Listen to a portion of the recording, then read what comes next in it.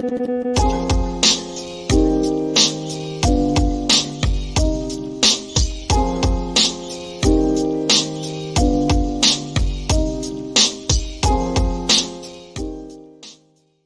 immediate reaction was to look at her and wonder who this was. You know, I mean, in other words, I guess I was thinking to myself, is this one of the Kennedy clan?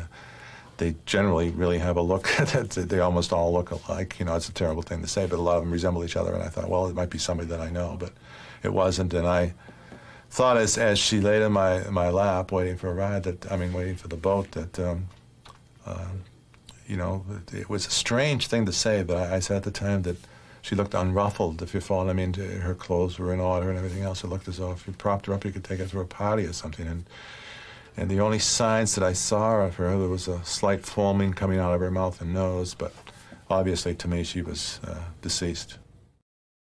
Whoa.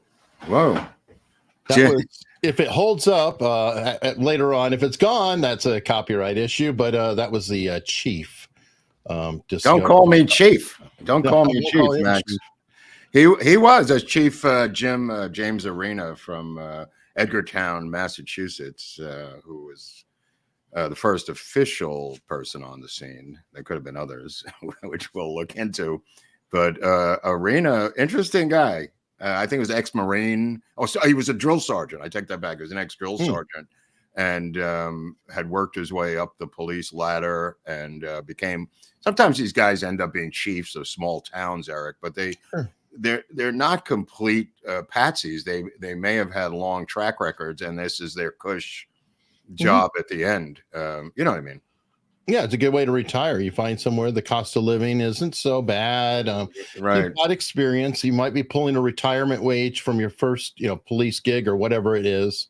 And then you get a small town, and small town can't afford to pay you much anyway. But so you get peace of mind. You get some peace of mind, right? Yeah, you get the peace of mind, and they're kind of letting you double dip because you get your retirement, and then you get paid by the town, and they might help you out with some property or whatever. I don't know if that happened to Jim Arena, but he will be. What's the word when you're pulled back and forth? You're just torn between two forces. He seems to have been a good guy who wanted to do the right thing, but every time he tried, he was being pulled apart by two different sides here in this debacle. Oh yeah, if the movie was accurate at all, what a mess. The movie is accurate for the basic established theory, which we'll go over. Unlike, it was funny because I was watching it again last night. And I said to the people who were watching it, I said, if Oliver was doing this, he would show all the different theories like in JFK. What these guys did was show the basic theory, one theory, and they wrote it in a linear. There are flashbacks.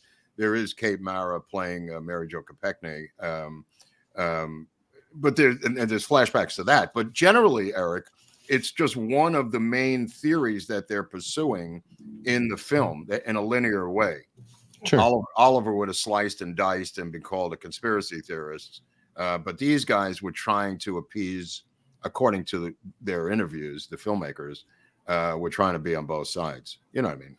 Yeah, it makes sense. And not come down on the side of we know the answers to all this, which we definitely don't. Even today, we do not know what happened. But we're going to give a lot of them. Right, that's right. That's what I was going to say. You're getting a lot. We'll give you something to chew on for the rest of the week, and then you can argue with your husbands or wives over the dinner table. Going, I don't think he was right, honey. I think she drowned, and there's all different kinds of. Now, theories. Ruth might have been involved in this because we're going to get into some friends of Ruth's, which are FORs, friends of Ruth. Who may have been on the periphery of the story. But let's just go over the basic story so people know what happened. Where do I want to start? Let me get map. Well, show the map. Yeah, the map would help. Yeah, that just to give people a lay of the land. How about that? This is in Martha's Vineyard. This is the town is Edgartown on the extreme left. There's a ferry on the extreme left, which is a ferry that literally goes 10 feet. That ferry goes about 150, like 2 football fields to get to Edgartown. That's how short that ferry is. And it goes back and forth all day. It held 2 cars up until, I don't know, the 90s or something. Then they built a new ferry. But it went back and forth till like midnight. And then if you missed the midnight one, you could call on the phone. The guy would come and get you anyway. Very wealthy town, a lot of old money there. And the Kennedys had a regatta, or part of a regatta race every summer with their sailboat. The Victoria, I forget what the name of the boat was, but they would race and then they would have a party. You know, there was an excuse for partying, Eric. You know what I mean? Sure. These sailboat people would show up and they would race in that situation. Preppy elite. Preppy elites, a lot of preppy elites involved in this story, because there's not only Ted Kennedy, as you saw in the film, there is some other people who are friends of Ted's. That's the Boiler Room girls who will show up. And that will include Mary Jo Kekney, but there are some other guys who show up who are friends of Ted's, who are also the crew of the boat, which people don't realize who these people were. They were friends, obviously, and classmates, but they also were people that they grew up with. Raymond LaRussa, Howie Hall. Jack Crimmins is an interesting character. Now, Jack Crimmins is an ex-detective, police detective, who, although he's listed as Teddy's driver all the time, he's kind of a 65, 63-year-old fat man who is his bodyguard as well, Eric. Keep in mind, these senators did not have Secret Service, as was exemplified by his brother's death just the year before this, to set the stage. His brother is assassinated here in Los Angeles, June 5th, 1968. This is the following summer of 1969, and we're about to have the men walk on the moon. We're about to have the Mets win the pennant, and we're about to have Groubert go to Woodstock at the age of 13 and get lost in the woods. So there's a lot of big events going on in the summer of 1969. But this one is around the time of the Apollo 11 takeoff and eventually landing on the moon. I guess it took about 3 days to get to the moon back then. I don't know. Yeah, this happened a day and a half before they landed on the moon. Right. Which really, I remember watching on a little TV up in Levine's bungalow colony with a bunch of weeping former Eastern European heritage Jewish people who had fled Eastern Europe and were just weeping about the amazing success of the country that they came to, which was America. And, we're putting the man on the moon. I wasn't weeping, but I was astonished as a kid, watching it, Eric.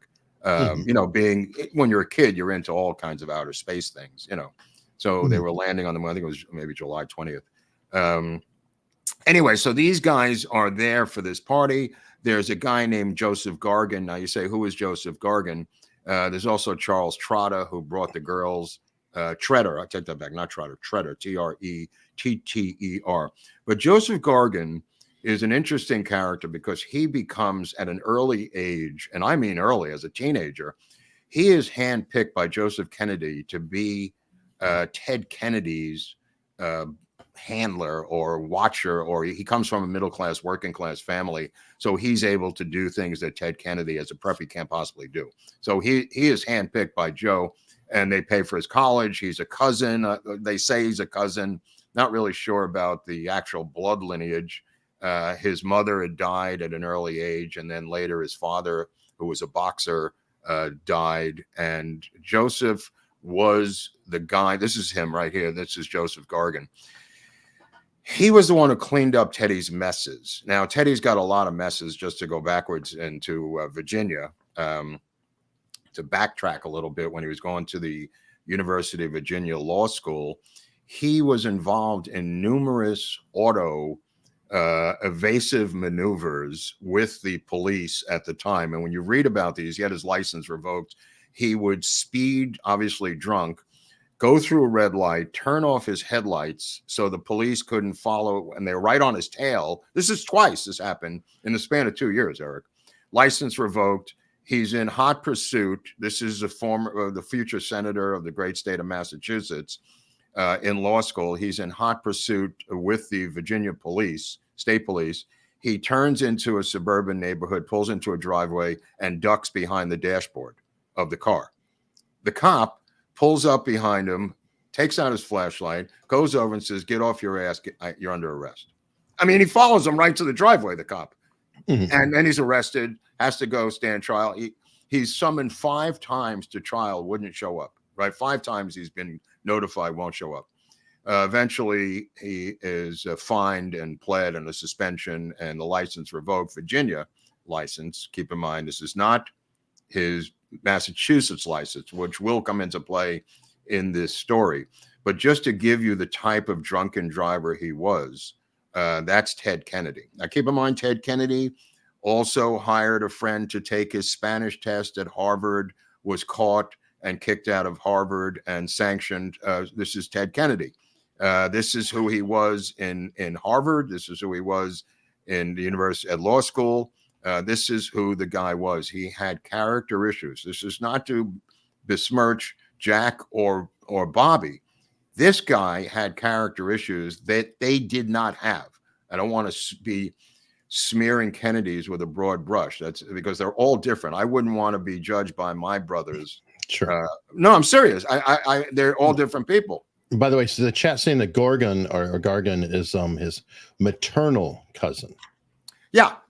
So they say, but there's some debate about that. Now, okay. His sister, this is really an odd piece of business.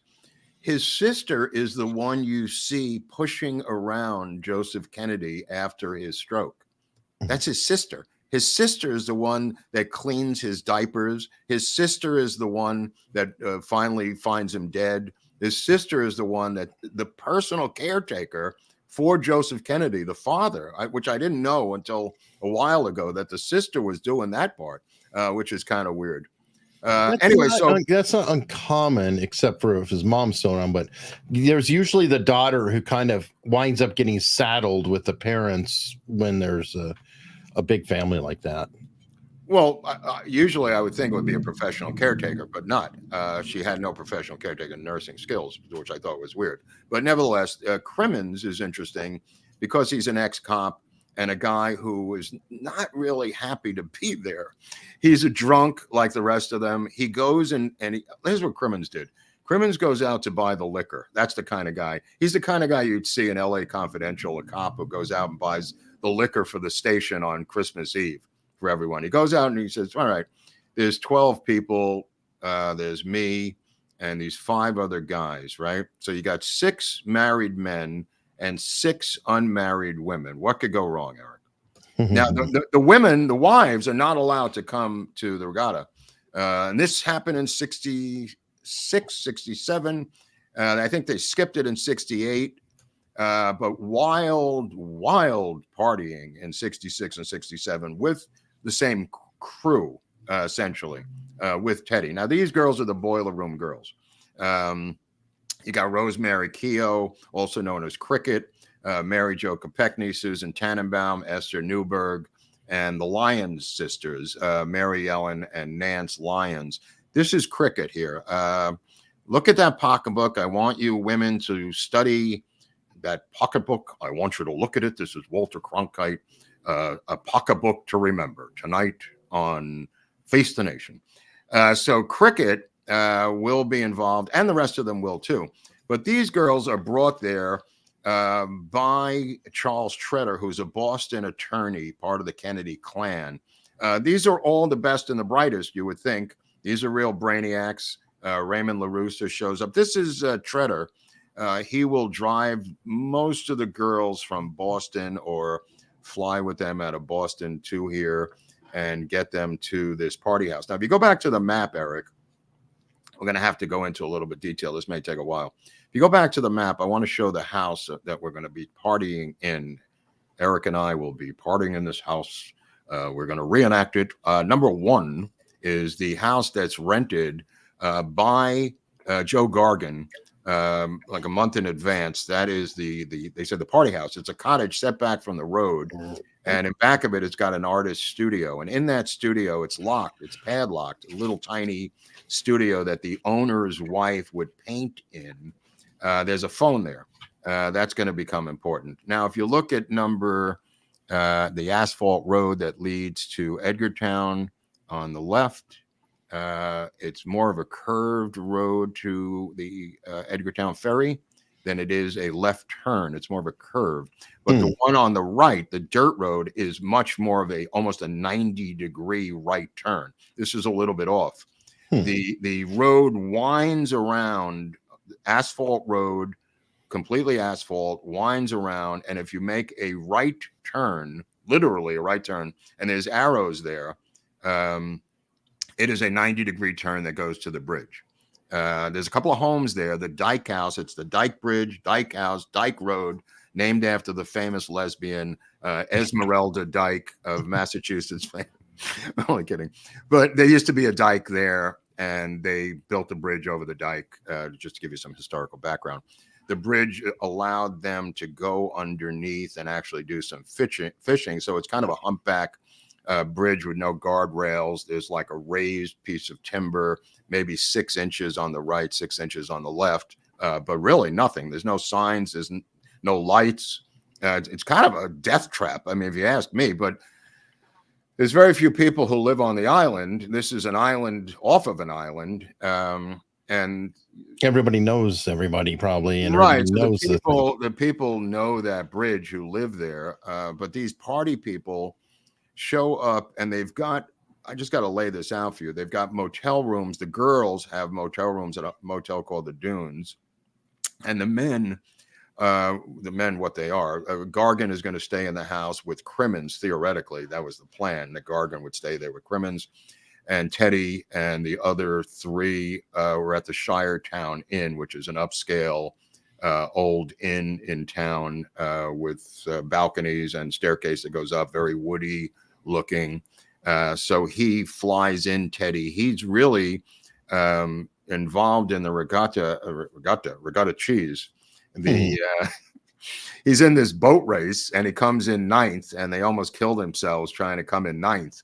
And he hooks up with the winner, who they all know each other, hooks up with the winner, has about 3 or 4 rum and cokes during the afternoon. So the winner says. The winner will later recant that he had the 3 or 4 rum and cokes, but usually the first testimony is the best testimony.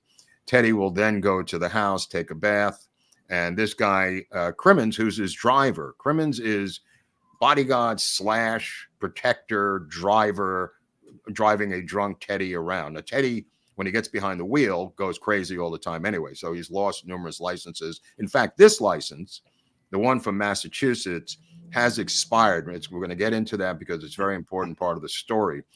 February of 1969, the license is done, and he will be asked where his license is, and he will bullshit about that, but we'll get into that. Crimmins goes into town, and he gets some party favors for these really prim and proper girls, and him and these 4 attorneys. Oh, these other, including Teddy, is 5, and Crimmins is 6. So it's 6 and 6. He gets 3.5 gallons of vodka, because that's how you got to start off, Hunley. You got to get 3.5 gallons of vodka, 4 bottles of scotch, 2 bottles of rum, 2 cases of beer, and just to start this party off where nobody's really drinking. They claim that there was very little drinking going on, and we're going to get into what they claim and what the party line story is at this time, because nobody knows the story, or you may not remember the story. You may not be old enough to remember the story. In fact, it was so long ago that I had, there was so much other news that I didn't really focus on it at all at the time. Everybody knew it happened, but there was so much going on. I was very young. And even years later, I just said, who the hell knows? He fucking, he did something there. Who knows what happened? He killed him. Handy moon landing to sort of right. Overshadow. Yeah. So anyway, they go to the party, and they're partying, drinking. Now they will say that there was nothing going on, and it was just a mild party. So we're going to just go with that storyline for the time being. This is what Teddy says, and this is what they all said that were there who testified later. About 11:15, Teddy decides to go back to Edgartown to go to sleep. He's had a long day. He asks Mary Jo Kekney if she wants to go, and she says yes, that she wants to go back to her motel, and you have to catch the ferry. So they're racing, in theory, in time to catch this ferry with the car. He asks for the keys from Crimmins, and Crimmins says, I'll drive. And he says, no, I'll drive, right? So he is going towards the ferry and makes the wrong turn, gets onto the asphalt, and approaches the bridge, this dike bridge. You mean gets on the dirt road, right? It gets on the dirt gravel road. It's gravel and dirt as opposed to asphalt, a regular asphalt road. You know what I mean? Blacktop compared to gravel and dirt. Right. The left was the asphalt. He turned on the wrong. Yes. Yeah, that's what I'm saying. He made the wrong turn and he went onto the dirt gravel road, came upon the bridge at about 20 miles per hour, attempted to stop the car with the brakes, went off on a side way like this, like went off on where the passenger side flipped into the water. It's not deep. It's about 6 feet deep. And so it's not like the ocean. It's about 6-8 feet deep at that spot. The car flips in and then becomes upside down inside underneath the water, Eric. So it hits the side, smashes out the passenger side windows. The front windshield gets smashed out by the water also. So you've got shards of glass. The driver's side window where he is open up until like, I want to say an inch from the bottom. So it's almost 95% wide open. Hot out, humid, night. They didn't have air conditioning. And here's a tribute to my Motorhead friends who are going to chime in the comment section. Let me end this right away. This is a what's known as an Oldsmobile Delmont 88, 1967, with a 425 V8 engine. Now, it also was called the Holiday Sedan. It had what was known as a strato bench front seat, 4-door car, no air conditioning, big trunk. There's no seat belts. I just want you to know that our Motorhead friends can chime in all they want about the car. So the car flips over, goes upside down. He somehow gets out through the driver's side window, gets up onto the bridge, and dives back in 7 or 8 times trying to get her out. She is in the back seat for some reason, and he is unsuccessful. The headlights are actually on for a while, Eric, until the salt water knocks out the battery. So the headlights underneath, when he went under the water, he could see from the headlights, at least in front of the car. There was some refraction off the light. Yeah, it would be hard to. I mean, unless there was a full moon that night. I mean, I don't know what that would look like. No, there was nothing. It was pitch dark out. It was pitch dark out. So he attempts to go under. He attempts to go under the water. According to him, 7 or 8 times, diving repeatedly. Couldn't open the door. Couldn't open the door when he got out, and he doesn't know how he got out himself. She's in there. He knows she's in there, and now slogging wet, walks back over a mile to the house, claiming there were no lights on, nobody around. There was nothing he could do in terms of other houses. So this is around, you want to say about 11:30. He walks back to the house and he gets into the back of a White Valiant, which is rented by Joe Gargan. The White Valiant, Plymouth Valiant. I don't know if people remember the model. Kind of a mid-sized car, not very large.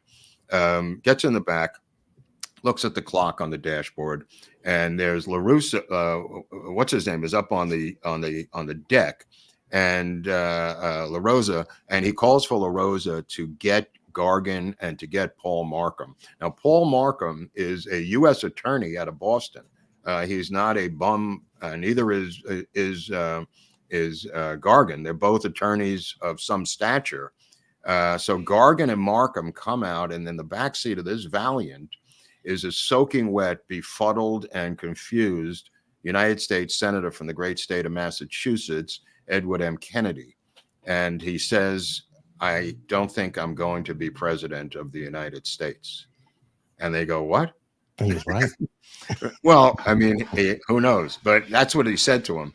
And they said, what happened? And he briefly tells them. They jump in the car and speed back to the bridge, where Markham and Gargan both strip down to their boxer shorts and dive in repeatedly trying to extricate Mary Jo Kekney from the car to no success. They don't have any success doing it anyway. So this is, maybe a half hour later, because he's got to walk a mile. This is after multiple attempts of diving. He then walks back, right? And he passes the firehouse, which has a nightlight on, and a couple other houses. But he goes back and tells them this. They then, when they're done trying to rescue her or extricate her, whichever way you want to call it, Teddy Kennedy is told by Gargan that he's got to report this to the police. And Gargan and Markham go back to the house. Teddy says, "You take care of the girls, I'll take care of the police." And he dives into the water. He dives into the water on the other side by the Edgartown ferry and swims across in his clothes to the other side, like Johnny Weissmuller in Tarzan. You can't make this up. He's already soaking wet. I know. But he swims across, and it's like a football field and a half. It's not miles. It's pitch black out. He says he almost drowned. The current starts pulling him under. He's dragged back towards the outer bay, and he's afraid that he's going to be taken out to sea, according to him. And he gets out soaking wet on the beach near the hotel. There's a lot of people there, Eric, because it's a lot of bravery coming out of Teddy in this sense. I'm just giving you the established party line. This is what we're establishing here, and we're talking about the legal result of every single court case. This is what was established. So he gets out, and there's a lot of people there, but he goes right to the hotel, and he goes upstairs, dries off, puts on clean clothes, like a clean pair of pants. It's now 2:30 a.m. in the morning. Puts on a blazer, a shirt. I don't know about the blazer, but he puts on a clean shirt, dress slacks. 2:30 in the morning. Comes down the stairs, and right outside the office manager's door, the office manager is out there, and he's smoking a cigarette. And he says, "What time is it?" to the office manager. And he says, "It's 2:30 in the morning." And he goes, "Okay, I was having trouble sleeping. There's a lot of noise in the next room." And the manager thinks it's weird because he's fully dressed and he's completely clean. And he's going like, "Well, the guy's fully dressed. He's having trouble sleeping. That's kind of weird." Okay. Obviously soaking wet, right? No, not anymore. He literally cleans himself up. And according to him, I'm just telling you, this is the standard storyline, so we can establish a baseline here, Eric, of facts. So he talks to the guy, goes back upstairs, and goes to bed. And he wakes up at 7 a.m. in the morning, and he comes down the stairs, 7:30, 8 a.m., comes down, gets the paper, and then meets or sees other people who know him. He goes to the payphone, and he makes some phone calls at the payphone, a regular payphone right there. In that payphone, he calls up a girl named Helga Wagner. If you can show a picture of the girl, this is the first person he calls is Helga Wagner. Helga Wagner is his mistress, and she is the first person he calls. The second person he calls is Helga Wagner. This is who he calls up. His wife is back at Hyannisport. She's pregnant. That's Joan Kennedy. And he makes two calls actually to her. He will, according to sources, make 17 calls. That's his wife, Joan. She will later have some trouble with that childbirth. She will miscarriage like a week later. She said that literally destroyed their marriage, Chappaquiddick.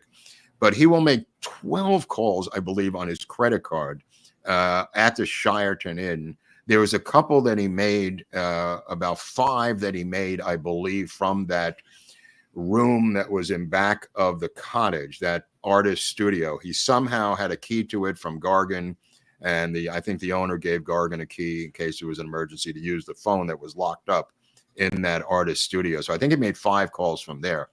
Now, he starts to call his people, and his people are, he calls his parents.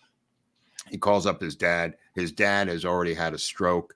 His dad could barely speak. His dad gets, in 2 calls to his dad gets out 1 word after like groaning. His dad is like, and he comes out with 1 word, his dad, alibi. Alibi. It's kind of like Rosebud and Citizen Kane. Is what I always thought. And he doesn't go to the police. These guys go back to the house. The 2 guys who were, had dove in. They go back to the house and they say, "What's going on?" And the people partying, he says, "Well, Teddy went back to the hotel." And when they said, "Well, where is Mary Jo?" And they said, "Well, she's probably back at her room by now." This is what he tells the people partying. This is the party line. This is the party line. So he makes all these calls, Teddy, and he calls up Burke, who's his attorney in D.C., and he starts to call up some fixers, and they tell him,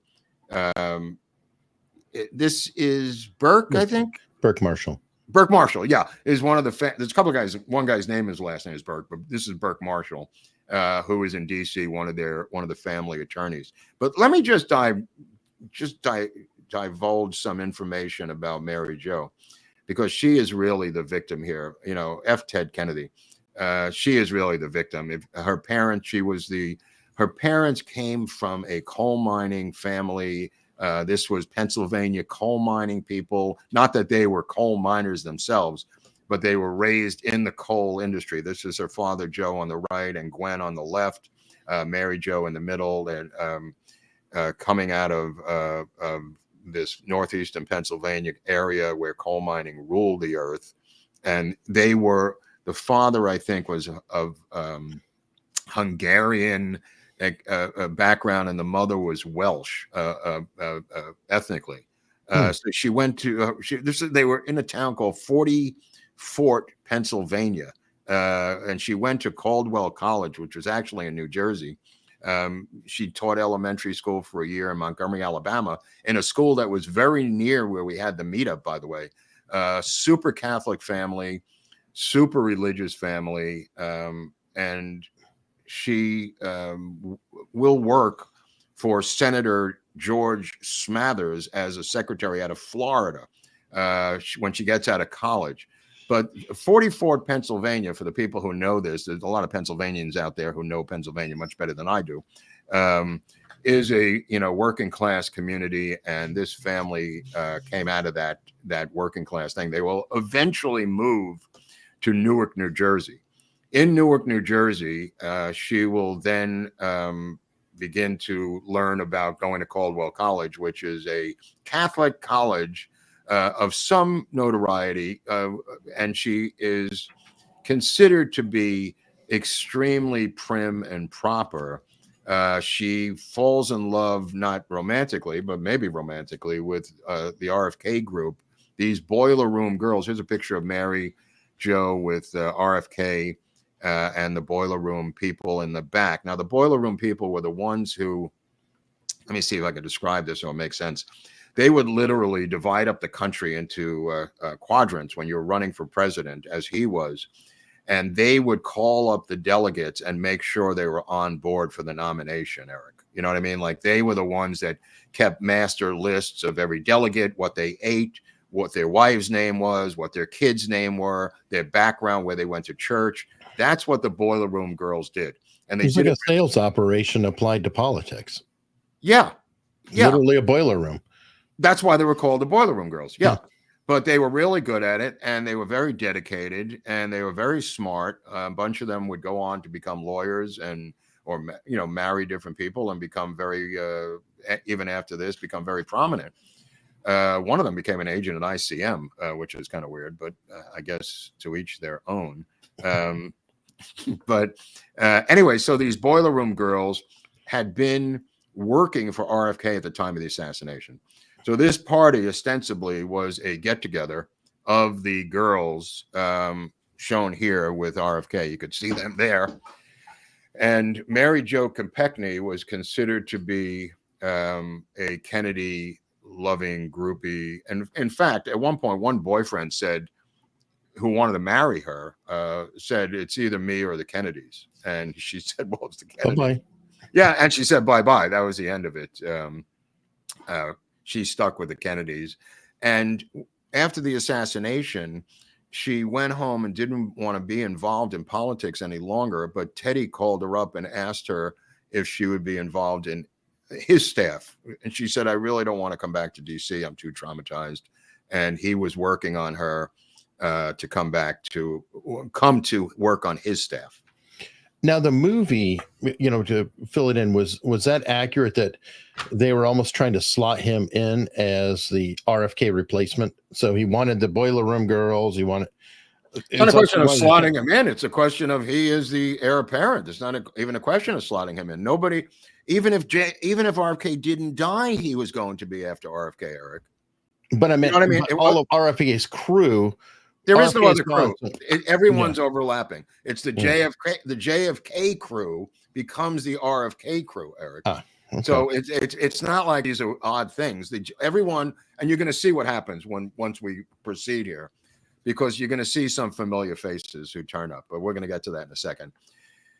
He is now at brunch as if nothing happened, and all of a sudden, Gargan and Markham wake up in the house, the party house, and they realize they're hearing fire trucks and they're hearing stuff. And it dawns on them that according to them, this son of a bitch didn't do what he said he was going to do. Why are these fire trucks coming at 8 o'clock in the morning as opposed to 1 a.m. last night? Right. So they go across, they find him in the brunch, and they drag his ass up into his room and go berserk, especially Gargan. Markham, not so much. Gargan really lets him have it and says, what did you do? And he said, I didn't do anything. And he says, why didn't you go to the police? And he said, well, I'm kind of hoping she was still alive, and I couldn't get my mind around. It just goes on and on with some rambling thing to Gargan. And he says, well, you got to go to the police. I mean, there's no other way around it. This is 8 a.m. in the morning. He still gets on the phone with handlers, and he then at 10 a.m.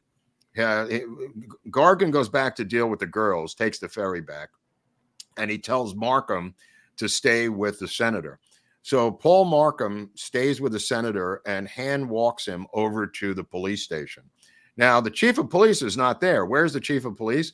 He's sitting on the under chassis of an Olds 88, which is floating in the bay over there, and he can't do anything else. He's just sitting on it. He had gone and gotten a bathing suit from a neighbor in the Dyke House, and he put on the bathing suit and he went down, and he couldn't do anything. But one thing he could do, Eric, was stick his head into the water and read the license plate out to his deputy. And he reads out the license plate, L78207, Massachusetts plate.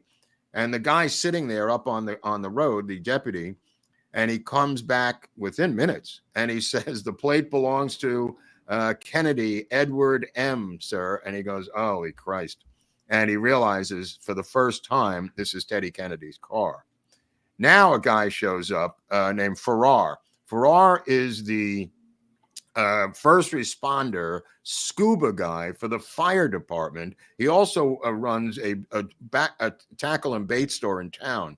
So Farrar shows up in full gear, and he goes into the water. I don't know if you have a picture of Farrar. John Farrar, I think his name was. Thank John you. Farrar. I need the first name to find it. Okay, well, here's John Farrar. He shows up with full scuba gear, and he dives in and extricates the body of Mary Jo Kekney that is now in full rigor mortis, and extricates her out of the window. It's really a delicate operation by Farrar. And what he said was, and there's a sketch, I don't know if we could show it later, but there's a sketch of what he drew. The car is upside down, and she is putting her head into the bottom of the seat well in the back seat. And this is now flipped over now. The car, this was way afterwards. Sure. The car has already been flipped and is being pulled out and is low tide. But Farrar found her with her nose and face underneath, if you can imagine, the back of the driver's seat on the floor. Now the floor becomes the ceiling. The ceiling had an air pocket, according to Farrar, and she was up there dying slowly in that air pocket. Just a gruesome, gruesome, slow death with the water rising and her head and nose and mouth having a little tiny air pocket there. Farrar said it could have been hours of her surviving there, dying slowly in the night, while Ted Kennedy is and now showering and shaving back at the Shireton Inn over in Edgartown. The fact that she was there upside down and disoriented, there was really nothing she could do, because it was so dark out and because of the shock and whatever happened to her, it was not a pleasant death. And when they take her body out, her teeth are gritting together with her mouth open, and her fingers are like this. Her nails had dug into the back of the seat to hold on because the tide was so strong that she couldn't even hold on within the vehicle itself, Eric. And her teeth, it's really a gruesome photo of her teeth clenched and her mouth open and her eyes open, with her pants and blouse tucked in as if she was in perfect condition. There was no scratches. There were no bruises. There was no blood. There was some foaming at the mouth, a little tiny bit of pink from the nostrils, from the blood capillaries in the nose. But essentially, she was already in rigor when they extricated her out the window. He brings the body up and he puts it on the lap of Chief of Police Arena, who's sitting on the undercarriage of the Olds. And he freaks out and breaks down sobbing because it was so intense that this dead young girl, who he thought was a Kennedy at first and didn't know who she was second, is now in his lap. They then extricate her onto a boat, onto a gurney. And there's the chief of police moments before the body is being brought out of the car, and that will be put onto his lap by John Farrar. Yeah, notice everybody's there except for Teddy. Okay, so when he finds out on the plate number, he gets onto his microphone in his car, in his squad car, and he says, can somebody please bring me Ted Kennedy? And the woman who runs his office said, he's here in your office, sir. And he says, well, can you tell him to get his ass over here? And she says, he wants you to come to him. And the guy goes, oh my God, what the fuck is this? You know what I mean? So dressed and soaking wet, he leaves and goes into his squad car, drives back on the ferry with the squad car into Edgartown, and goes to meet Ted Kennedy at his own police station. But meanwhile, the scuba guy is extricating this Mary Jo Kekney body out of the car and onto the side on the road up above on the bridge, where they shield all these onlookers that have now shown up to see what the hell's going on, because the word spread pretty damn quickly, Eric. You know what I mean? That this is now the senator's car. There's now a woman here. There's no senator.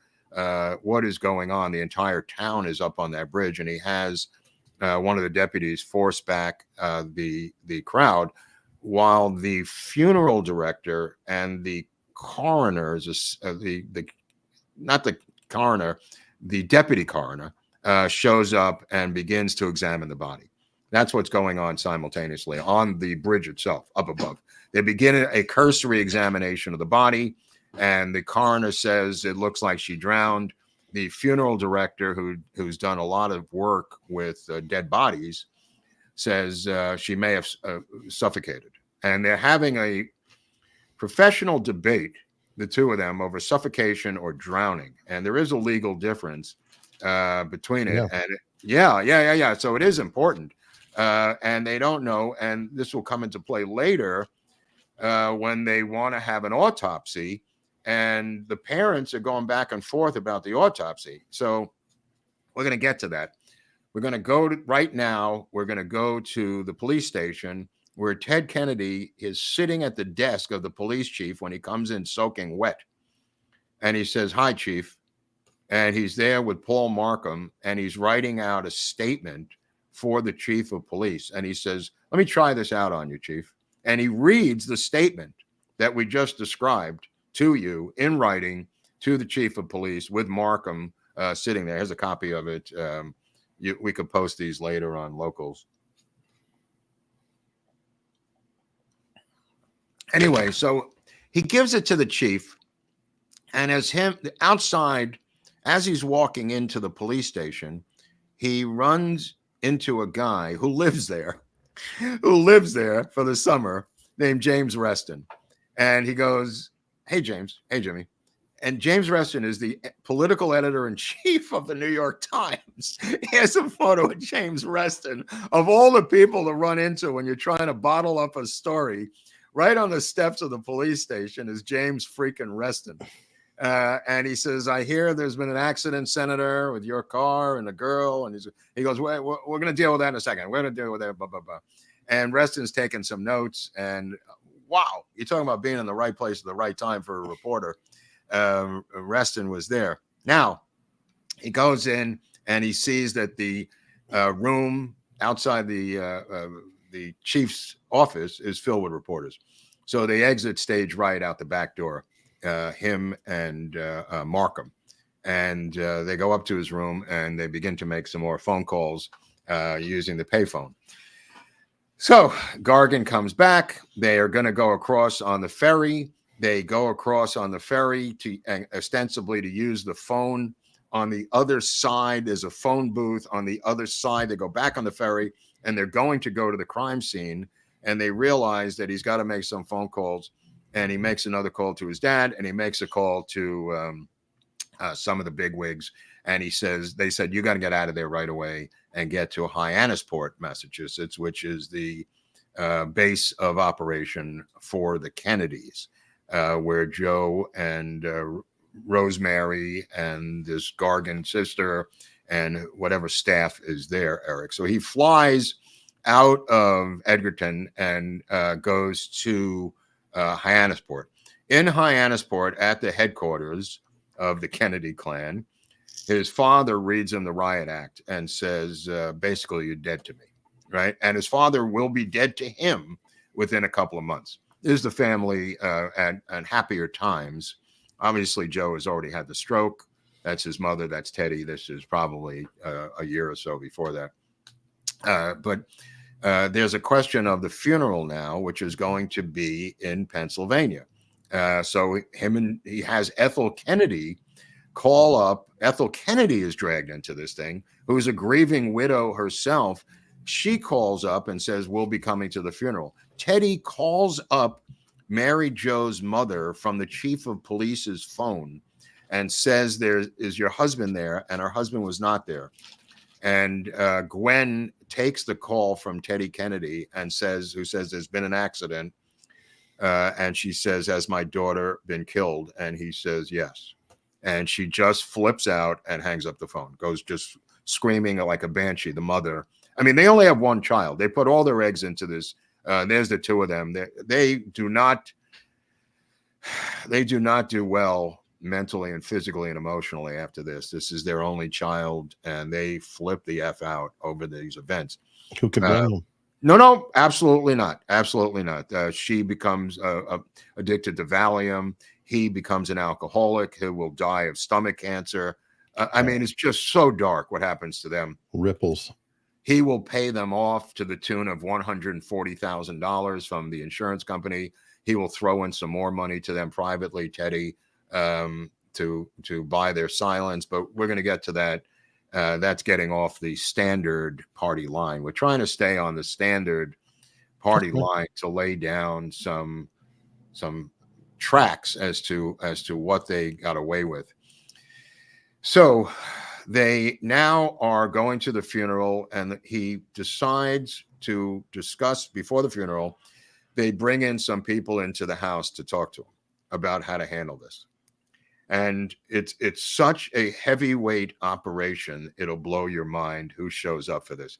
First shows up is Richard Goodwin, who is Doris Goodwin's husband. He was the speechwriter for LBJ, the speechwriter for JFK. He worked for RFK. He is brought in. Ted Sorensen is brought in, the top speechwriter for JFK. One of the guy who wrote the book on presidential politics, Ted Sorensen, is brought in.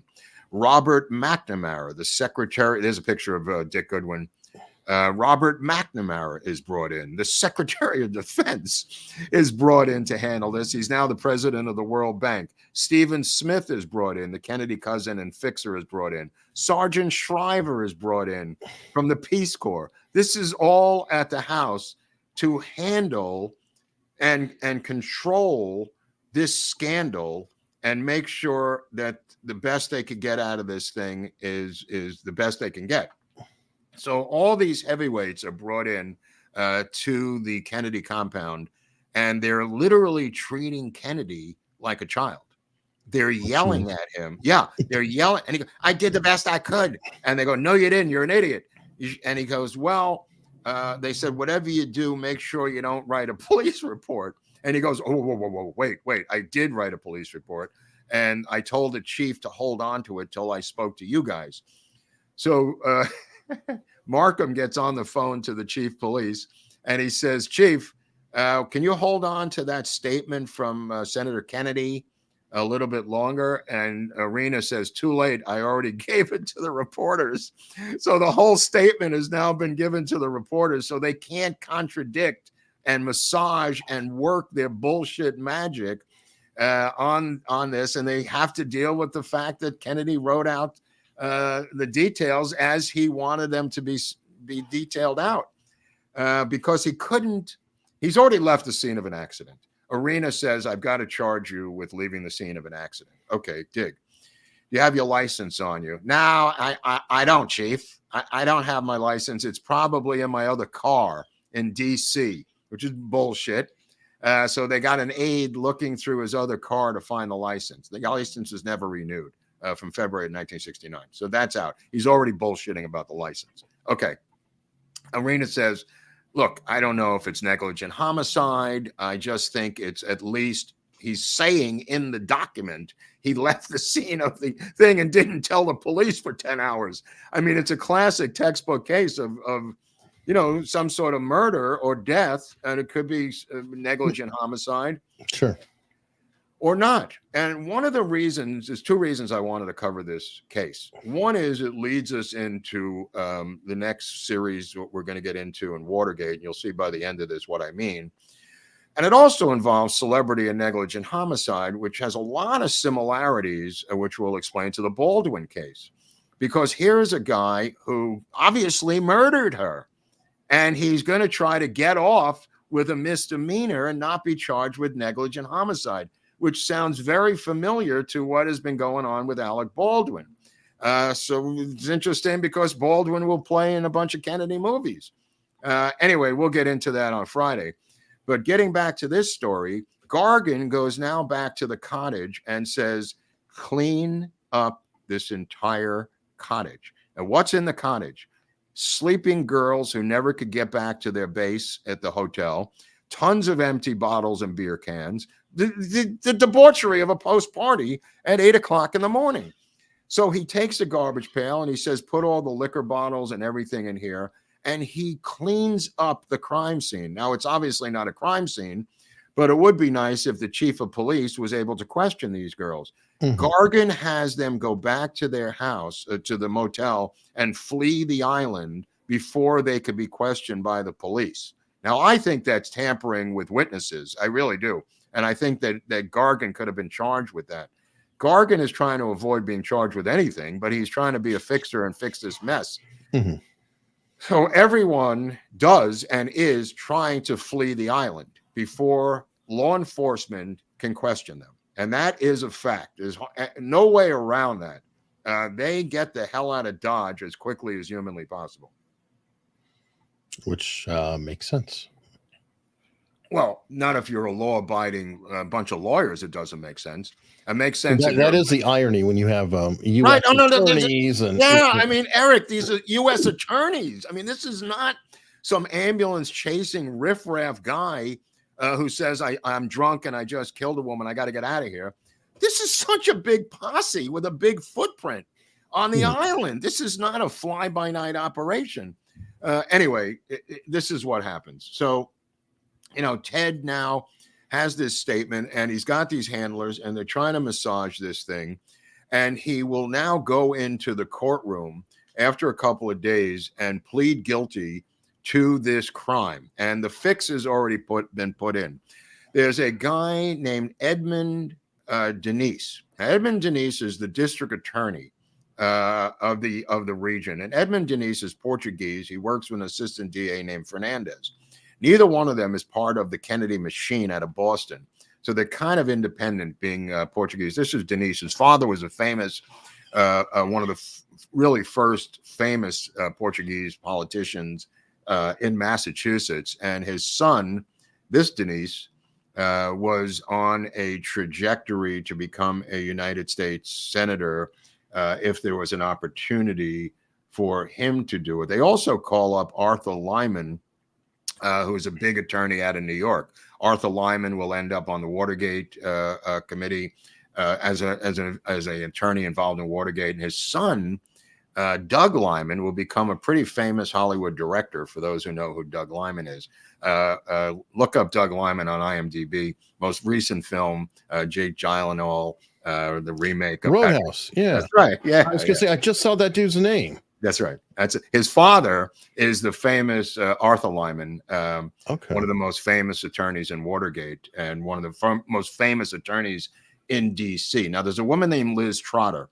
Liz Trotter is one of the top female TV reporters out of NBC in New York. Liz Trotter is on this case like a skunkyard dog, and she's starting to smell that there's trouble, and begins to ask Kennedy at the funeral, when are you going to make a statement? When are you going to make a statement? Blah, blah, blah. And he snaps and yells at her. They get on the phone, the Kennedy power brokers, and demand that NBC fire her. To their credit, they don't. And Liz Trotter, who I know, and people from New York know who she was a famous woman TV anchor, reporter, field reporter, worked her way up the ladder in New York. And she was a tough reporter. Well, hold on, you're bearing a little bit though. You mean this Kennedy at the funeral?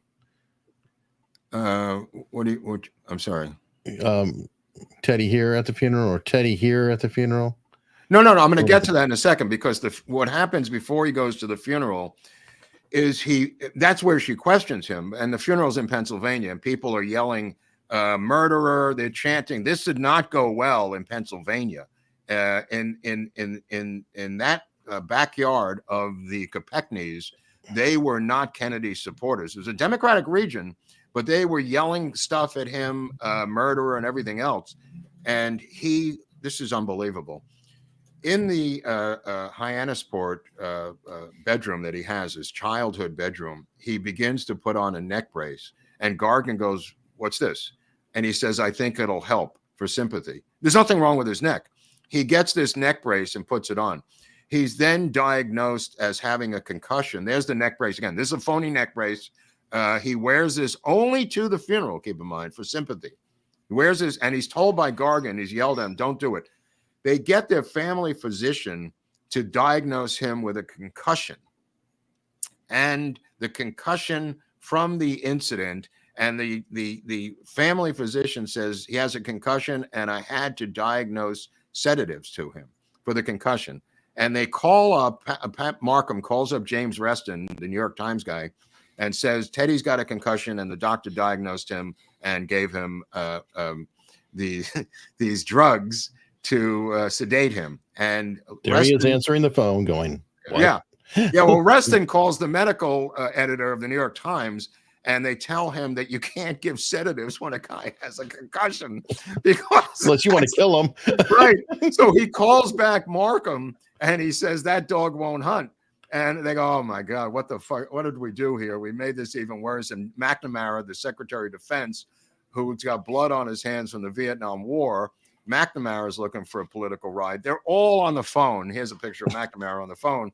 They're all on the phone because their political future went into the grave with Robert F. Kennedy, where they thought they'd all be in his administration. Now they all want to be in the administration of the next president of the United States, Edward M. Kennedy. And believe me, He is the favorite. He could have walked into the convention on his brother's casket and taken the nomination without even making a speech, Eric.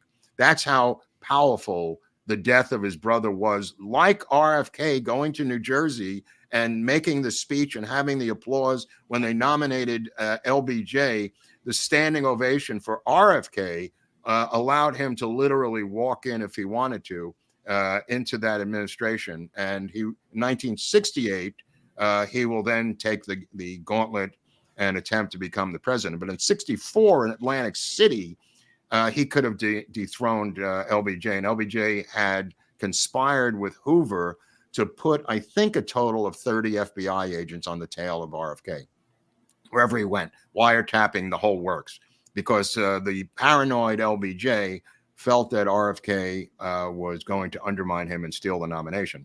This will become also true for Richard Nixon, wiretapping and using Hoover again on Edward Kennedy, who was the heir apparent, as Nixon knew he would be his arch nemesis. Nixon knew he was going to face Edward Kennedy. And that's why he was compiling whatever information he could on Edward Kennedy. And we'll get to that information a little further down the road in this story.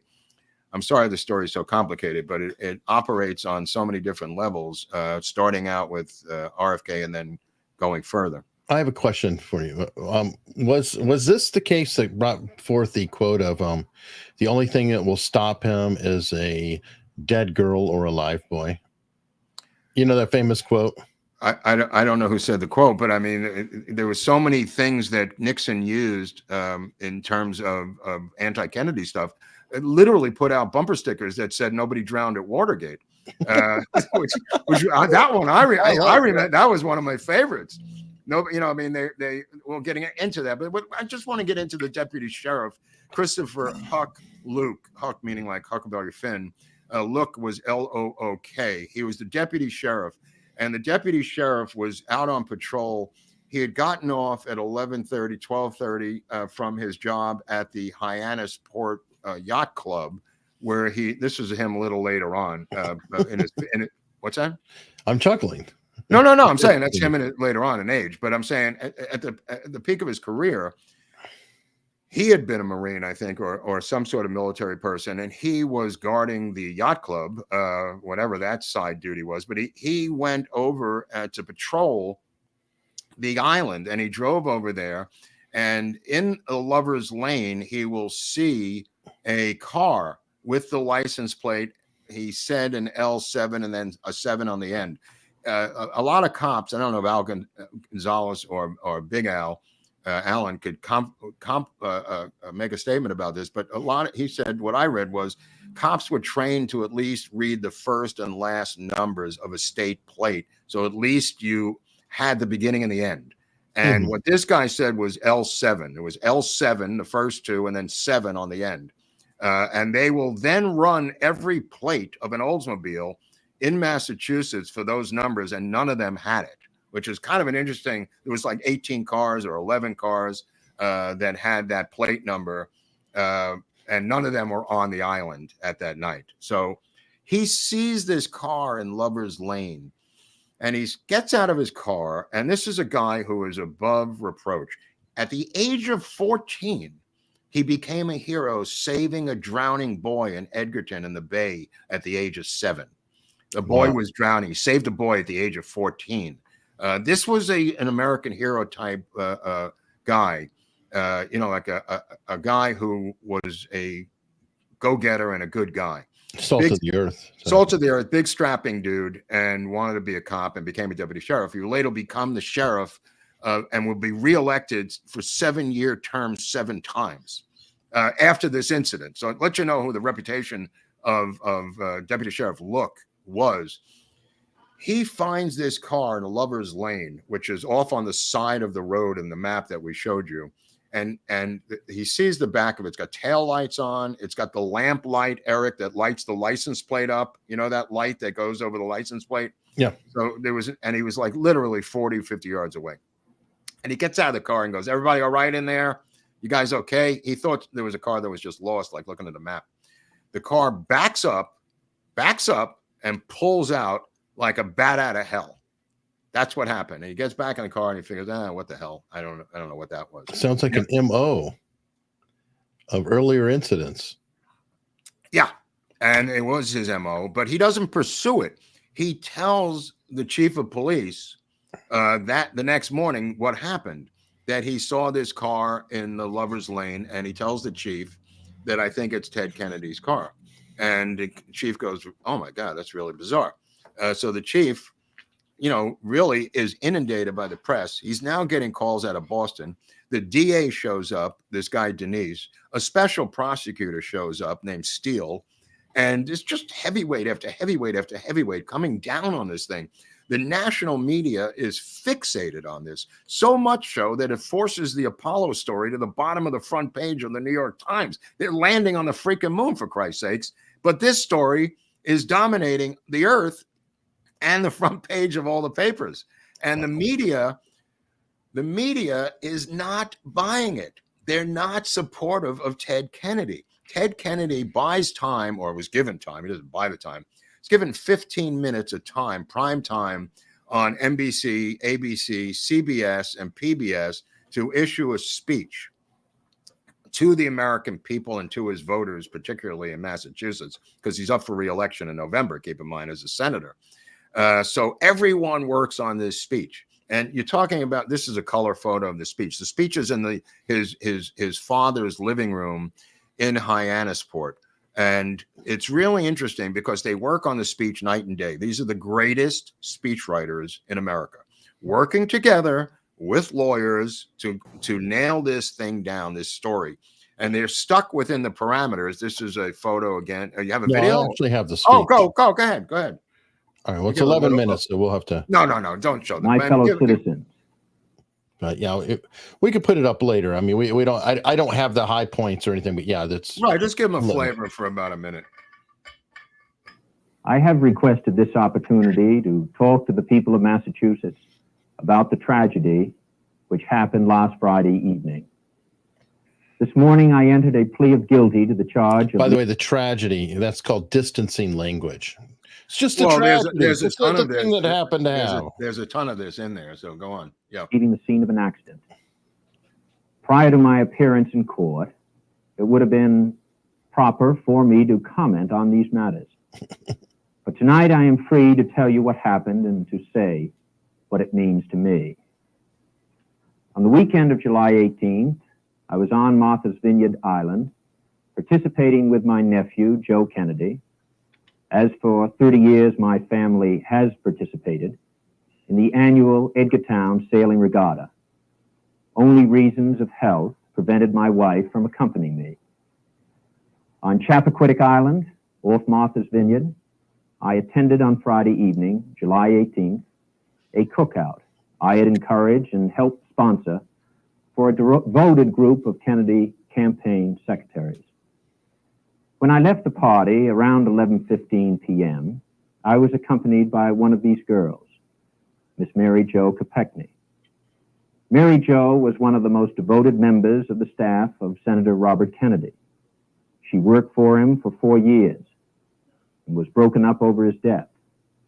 For this reason, and because she was such a gentle, kind, and idealistic person, all of us tried to help her feel that she still had a home with the Kennedy family.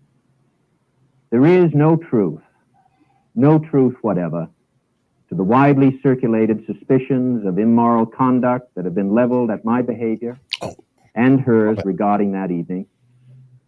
There has never been a private relationship between us of any kind. Who asked you? Who asked? I know of nothing in Mary Jo's conduct on that or any other occasion. And the same is true of the other girls at that party that would lend any substance to such ugly speculation about their character. Nor was I driving under the influence of liquor. Well, we're going to get into it. Just a little over 1 mile away. You might as well hold it right there, because he's going to cover the same story we just covered. And we're going to get into some character analysis in a second. But the DA comes on board, the Denise guy, and he comes on board and he's told by various people that he's got to have an autopsy because this thing's getting so crazy. They shipped the body so fast off the island on purpose with them to get the body out before there could be an autopsy. Now, the autopsy could show a lot of things, and they go to Luzerne County, which is in Pennsylvania, as many people do. From Pennsylvania, you know where I'm talking about. This is coal mining country again. This is their backyard. This is where she's buried. This is where the Kekneys live. Teddy Kennedy is concerned about the Kekneys. He calls them up and says they're trying to do an autopsy. The Kekneys go back and forth as to whether they're going to allow it. They're completely out of their minds anyway. And they have a hearing in front of a judge named Brzeminski. Now, Brzeminski is also running for election in the elevator of the courthouse. And in the courthouse itself are re-elect Brzeminski posters for the judge. So Brzeminski is so happy to have the nation's media in his courthouse. He goes full Judge Ito on them. And this guy, Denise, has to go from Massachusetts to Pennsylvania to try to get the body exhumed, Eric, for this autopsy. And the judge won't allow it unless there's a hearing. So they have this hearing in the courthouse. And the judge is saying, look, there's got to be some reason to open up the grave and exhume the body. You can't just start having an autopsy for no reason. What is your reasoning? And he says, well, she may not have drowned. It may have been asphyxiation. Who knows? It could be anything that could have happened to her. And they said, well, the body's embalmed and we don't know what the deal is. Why don't we bring in an expert? They bring in a guy that Hunley himself interviewed named Cyril Wecht. Now, this is 1969. Cyril Wecht is brought in to testify in this case. Here's the 1969 Cyril Wecht going in. This is a famous JFK expert on medical and coroner stuff, postmortem. Yeah, he's probably the second most famous coroner in the nation behind Baden. Well, no, Baden is pretty low down, but I mean, Noguchi is he's huge. Yeah, he's pretty low, but I mean, him and Noguchi are probably the two big ones. But Brzeminski he comes in and testifies that when you bring the body out, it could be a fractured skull. You don't know. There could be internal damage to organs. I never even thought of it. But Cyril Wecht testifies in this hearing, again, linking the case to the JFK case. I mean, there's a lot of linkage to this original JFK stuff that's so weird. So Cyril Wecht testifies, and the exhumation is eventually denied. They won't allow the body to be exhumed. So they go back to Massachusetts, now back to Edgartown, and they now have to have a grand jury investigation. So they convene a grand jury.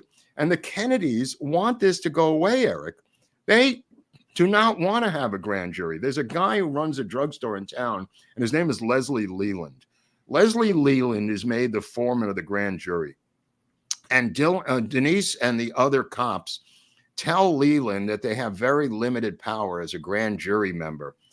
This is Leland who believes that they were hoodwinked as a grand jury. They never told them they had subpoena power. They never told them they could look at the documents. They told them they had no power whatsoever. This is a grand jury. And Leland was embittered about this for years afterwards and said this was a complete cover-up by the Kennedys and a conspiracy. The judge in the case is a guy named James Boyle.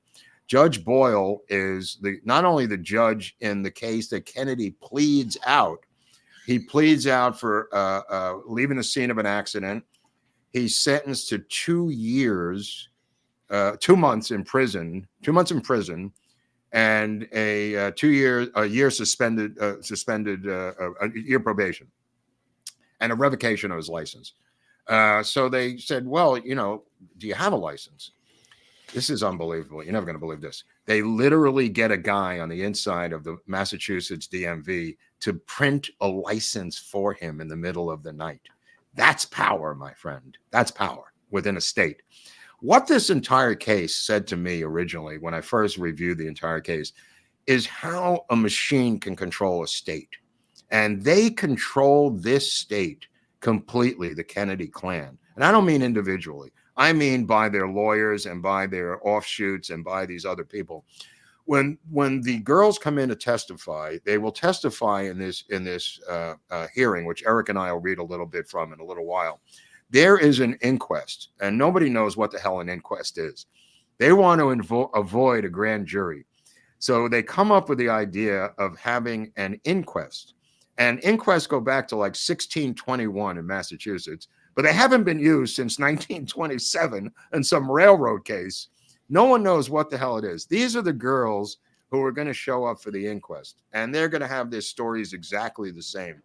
And he's not going to be happy about it.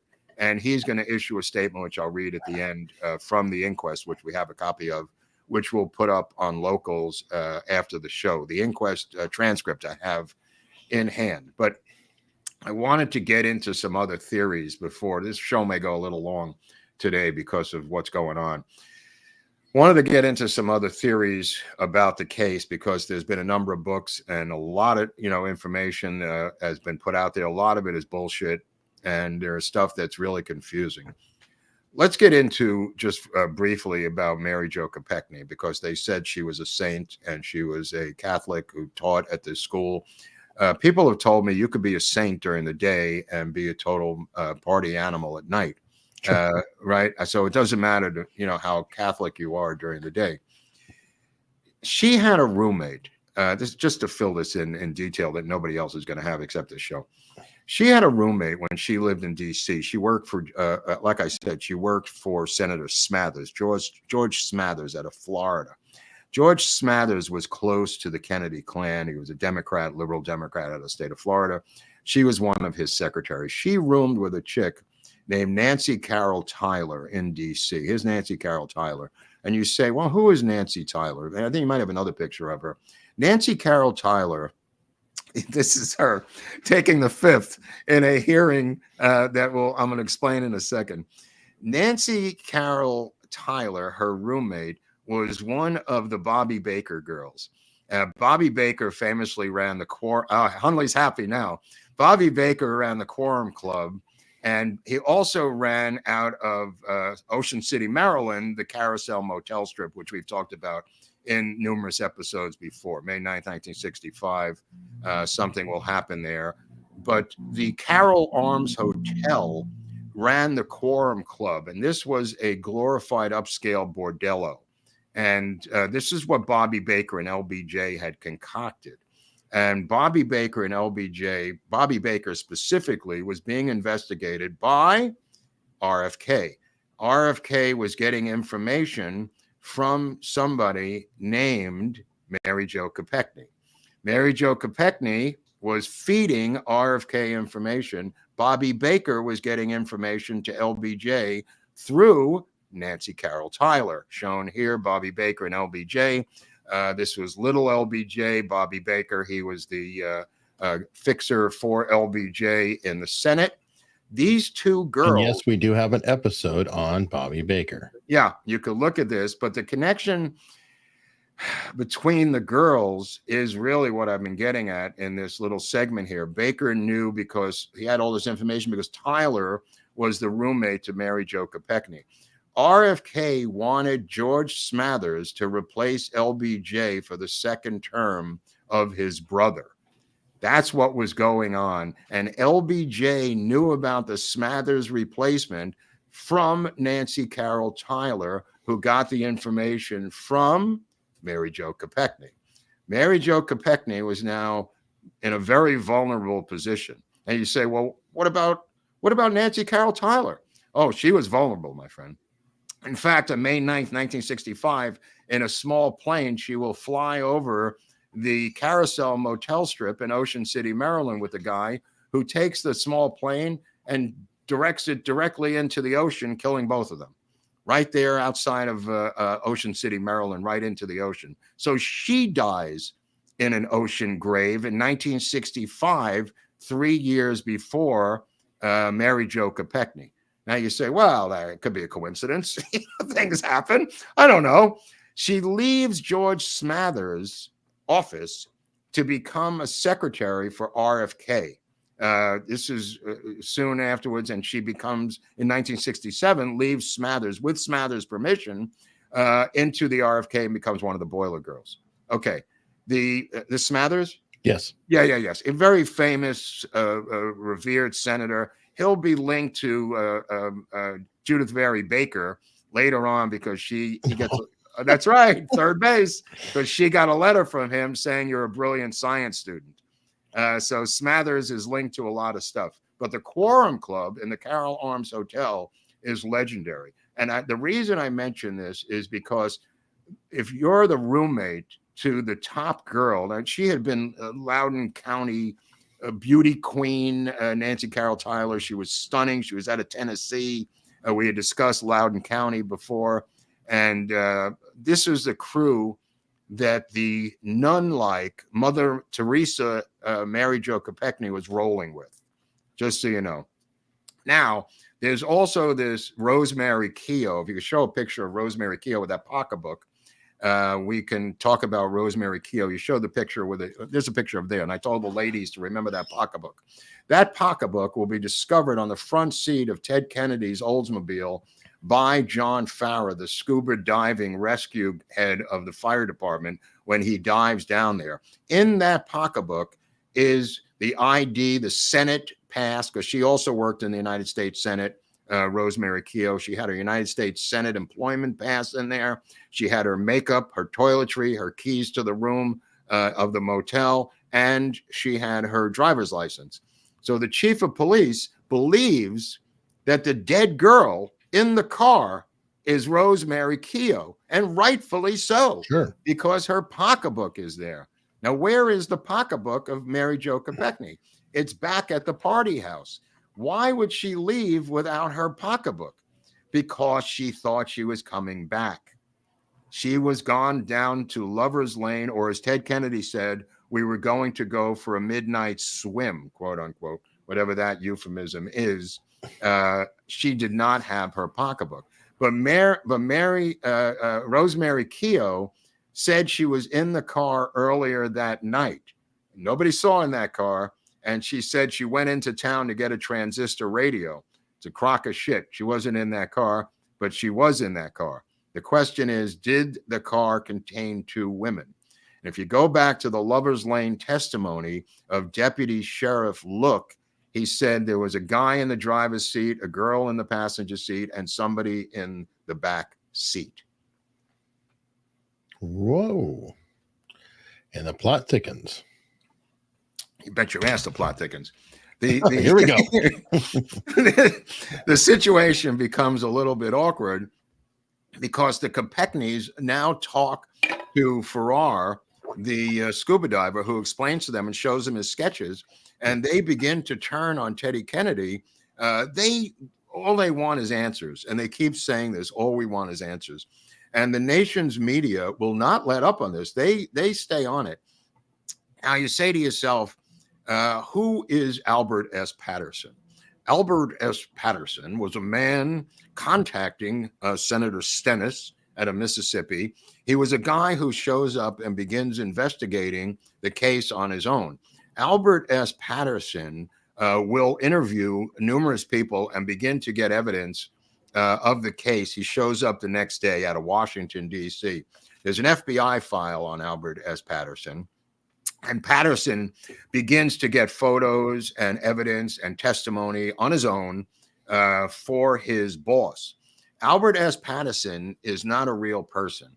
Albert S. Patterson is, well, I'm just going to say it. He is a person that is a combination of Tony Ulazowitz. And if there's a picture I sent you of Tony Ulazowitz, Ulazowitz is an ex-New York City cop, New York City intel cop, who worked, there's Tony Ulazowitz, obviously working on a second chin later in life, but he had less of that chin back in the day in 1969 when he was assigned to go over to the crime scene with this other guy as his partner. And the other guy was a person of obscurity named E. Howard Hunt. Now, E. Howard Hunt and Tony Ulazowitz combined became Albert S. Patterson. And I have plenty of documents regarding Albert S. Patterson because he put together a book trying to get this case opened on the Congress. In the Congress, he tried to get Stennis, the senator out of Mississippi, to open up a hearing into the perjury of Teddy Kennedy. He begins to write documents and letters saying you must have a hearing into this. He cites the inquest transcript, which I have here, which we're going to get into. And he is a pseudonym, I believe, of the two of them. Some reporters believed it was Tony Ulasewicz. Some people thought it was E. Howard Hunt. I believe it's both. And they just created this pseudonym together, wrote different documents, collected evidence together. It doesn't really matter because Patterson, the writings of Patterson, I believe, are written by E. Howard Hunt because he was a writer. Ulasewicz was a fat beat cop. Is that Ulasewicz? Yeah. Okay.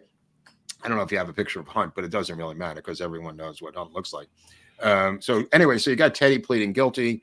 He gets a second suspended sentence. He gets a second suspended sentence on his license, like anybody cares. 36 months. He will then immediately drive. By the way, he will immediately drive again without a license, like less than a year later. It must be some sick thing of wanting to get caught or something, Eric. You know what I mean? I'm not really sure. Or just not caring. Not caring. Yeah. Anyway, so he thinks he's in the clear, but they have this inquest.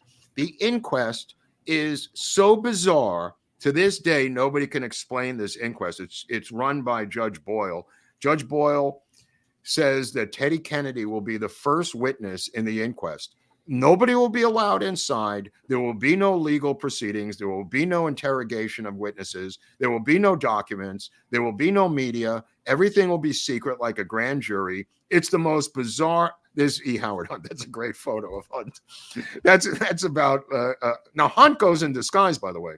Hunt, actually, the CIA, there's documentation that he went and requested a disguise to go on this mission to Edgartown. Now, why are they doing this? He writes a book called All Honorable Men and Women or Perjury at Edgartown. It's not really a book. It's more like a 74-page outline of a book. And he passes this around D.C., Eric. And Nixon knows that he's going to go up against Ted Kennedy at some point. And Nixon knows that he's going to be his arch nemesis. He can't believe McGovern is slotted in just as a place setter until Teddy Kennedy gets his shit together and believes that McGovern will be removed. They can't believe they're running against McGovern. It's the greatest day of their lives when they find out it's George McGovern. They think it's a fake out. They think that they're going to pull McGovern at the last minute, not unlike Biden and a certain governor of California who I've mentioned before, being possibly pulled and replaced. Sure. This Democratic trick is not new. It's been done before by the Democrats. Ted Kennedy offers to run as McGovern's partner, vice president. A lot of people don't realize that, and that was shot down. He will then famously in 1980 go up against Jimmy Carter. He will dabble in 76. By then, though, it's too late, I think. Or he's just yeah. He does not want any part of this, but because at the time he could have walked in. And then there's the famous 1979 November 4th interview with Roger Mudd of CBS News. Roger Mudd, related to Dr. Mudd, involved in the assassination of Lincoln. John Wilkes Booth has his leg fixed by a distant relative of Roger Mudd of CBS News. Roger Mudd, who famously will be embittered when Dan Rather is given the anchor job over Roger Mudd at CBS News, but that's a story for a later date. But it is covered in our Lincoln episode. Yes. I forgot. It probably is. November 4th, 1979, he asks Ted Kennedy the difficult question, why do you want to be president, sir? And Kennedy cannot give him an answer as to why he wants to be president. And people believe that this interview itself sunk the presidential aspirations forever of Ted Kennedy. That was 1979. So, interestingly enough, I will meet Ted Kennedy. Like I said a couple of weeks ago, that I was in Narragansett, I think it was, watching the Watergate hearings with the Kennedy clan and some of my friends, a friend of mine who lived next door. And David Kennedy was there. David Kennedy will be dead in 1984 from a massive drug overdose. This is in New York City. This is David Kennedy, the older brother of Robert F. Kennedy Jr., currently running for president with a lot of baggage and drug arrests in his past. David Kennedy will die in Palm Beach, 1984, having rifled the medicine cabinet of his grandmother who had cancer and had opiates in the medicine cabinet, he will die of numerous drug combined overdose. And the Kennedy clan will attempt to do in Florida what they did in Massachusetts. And Florida officials said, this is Florida, not Massachusetts. They tried to get the body out of there. Caroline Kennedy went into the hotel room to try to clean it right after the death. It didn't work. They indicted 2 bellhops who were just kids working in this hotel in the summer. They were 2 fall guys who sold him the drugs, the coke. Anyway, he got the opiates out of his grandmother's thing. But one of the great quotes from David Kennedy was, I never could understand what motivated Ted that night, but Ted's behavior at Chappaquiddick always sickened me. And that's from David Kennedy. That's the guy I partied with. And as I said, Ted came down the stairs in his boxer shorts and said, would you shut the fuck up? I'm trying to sleep. That's my experience with Ted Kennedy. So, and he probably would tell you that now if he was still alive. Yeah, he would still tell me that alive now. Now, Eric found an ad that we did in National Lampoon, which ended up getting sued. Lampoon got sued for this particular parody ad that we ran. Yep. And what does that say right there? If Ted Kennedy drove a Volkswagen, he'd be president today. It made a lot of headway, a lot of headlines back in the day. I think we got sued by Volkswagen, paid out some sort of settlement through the insurance company. But getting back to the grand jury, this guy Leland, Leslie Leland, tries really hard, and the grand jury is put on ice, whatever it's called, like recess. It was recessed, wasn't sent away. So this hearing this inquest that I wanted to get into and read a little bit with Eric, and we'll post the rest of it on Locals. This inquest is so bizarre that the judge is completely uptight about it. The judge doesn't want any part of it. And the judge lays down these guidelines. The judge is getting calls from every heavyweight out of Boston. This is weeks leading up to the inquest. The inquest is a weird thing. I'll have to talk to legal people. It varies state by state. It's really, if I could sum it up, it's a finding of facts commission kind of a situation where people come in and they testify under oath. They're not cross-examined, and there's no documents presented. There's no cross-examination. It's an inquest, like a statement of facts, Eric, if that makes any sense. Mm-hmm. You know what I mean? So the judge is there. He's brutally harsh to everyone. He's brutally harsh because these lawyers show up paid for by the Kennedy family. The girls show up. They have Kennedy attorneys paid for by Teddy Kennedy. He starts mocking them. At one point, they all say, I can't remember. He starts, we'll go over a couple of these. The answer, no.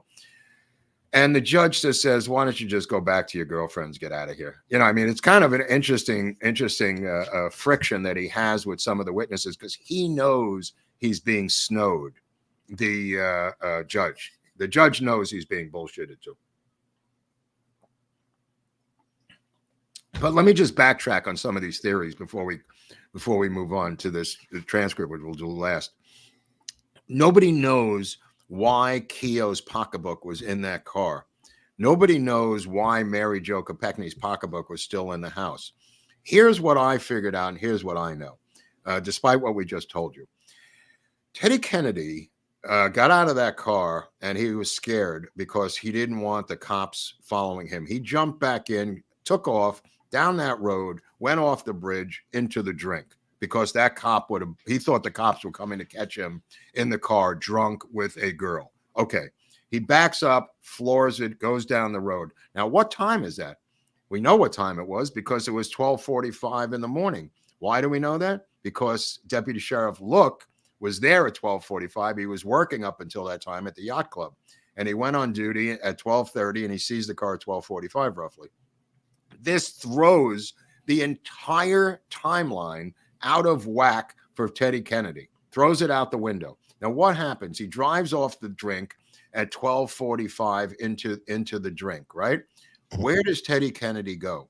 He goes back to the house And these two guys come out and they say, "What the hell happened?"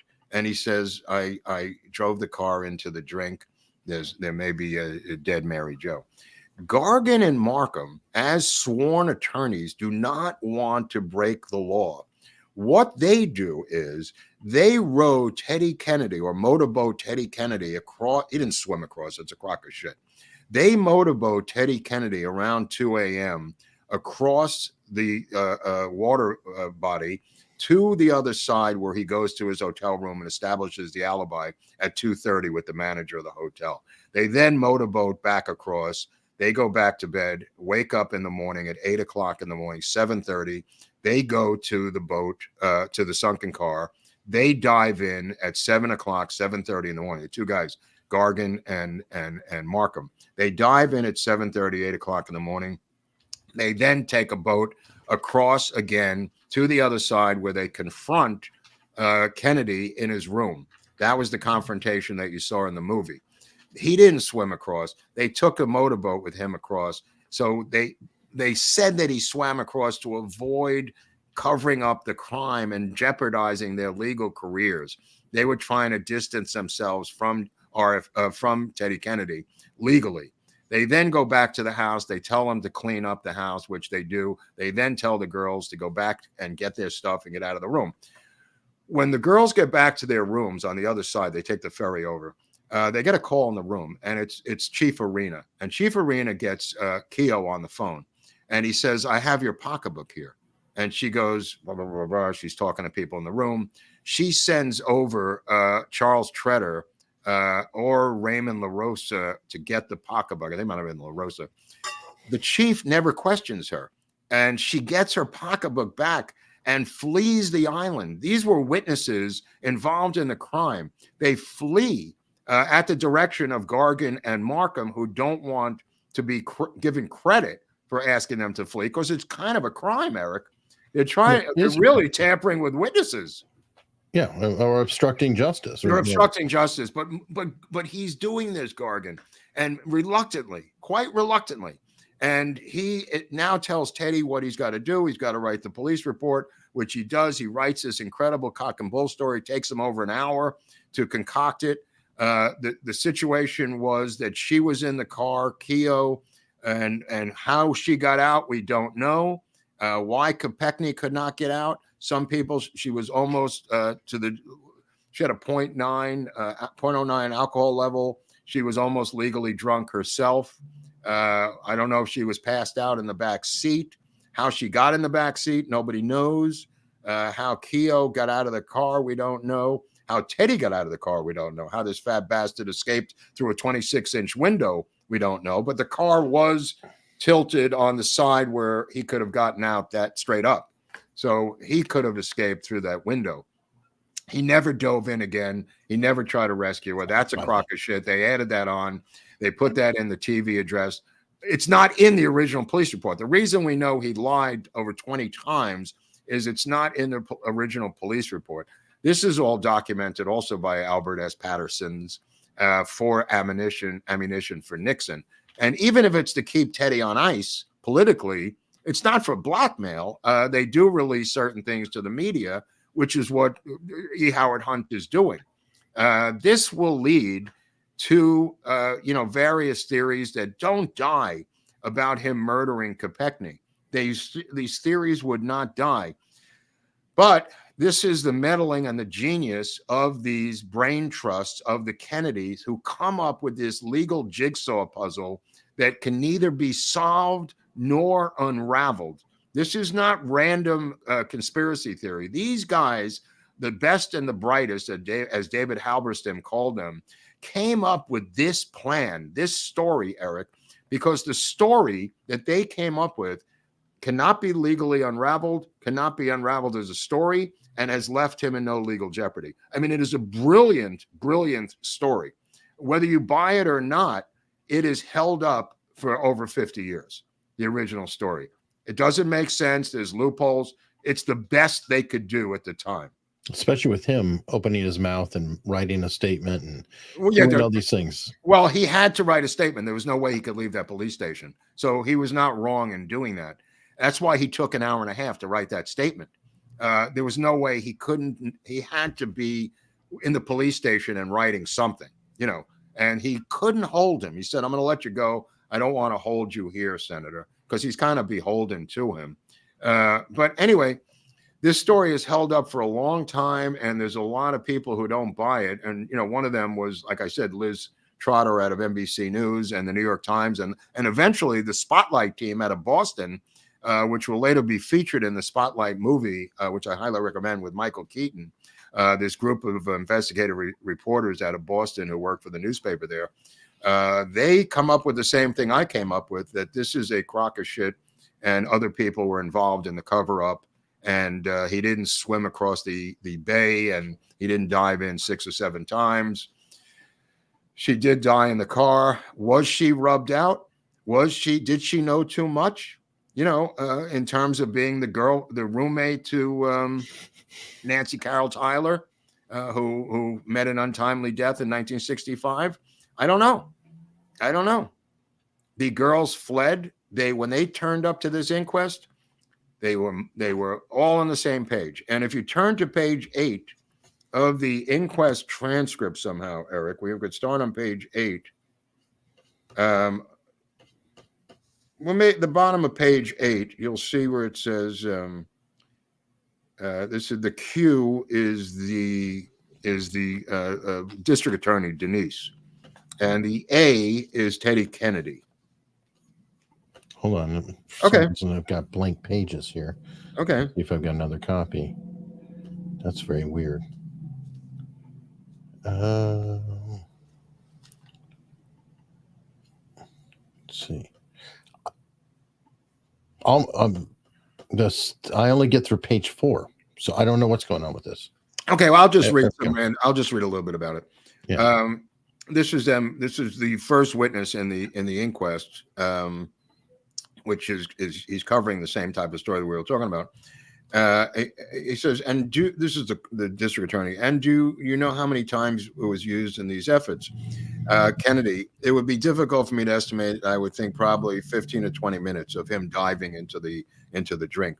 How did you do that? Well, in the last dive, I lost contact with the vehicle again. I started to come down this way here, and I let myself float and came over to this shore, and I came onto the shore here. He's looking at the map.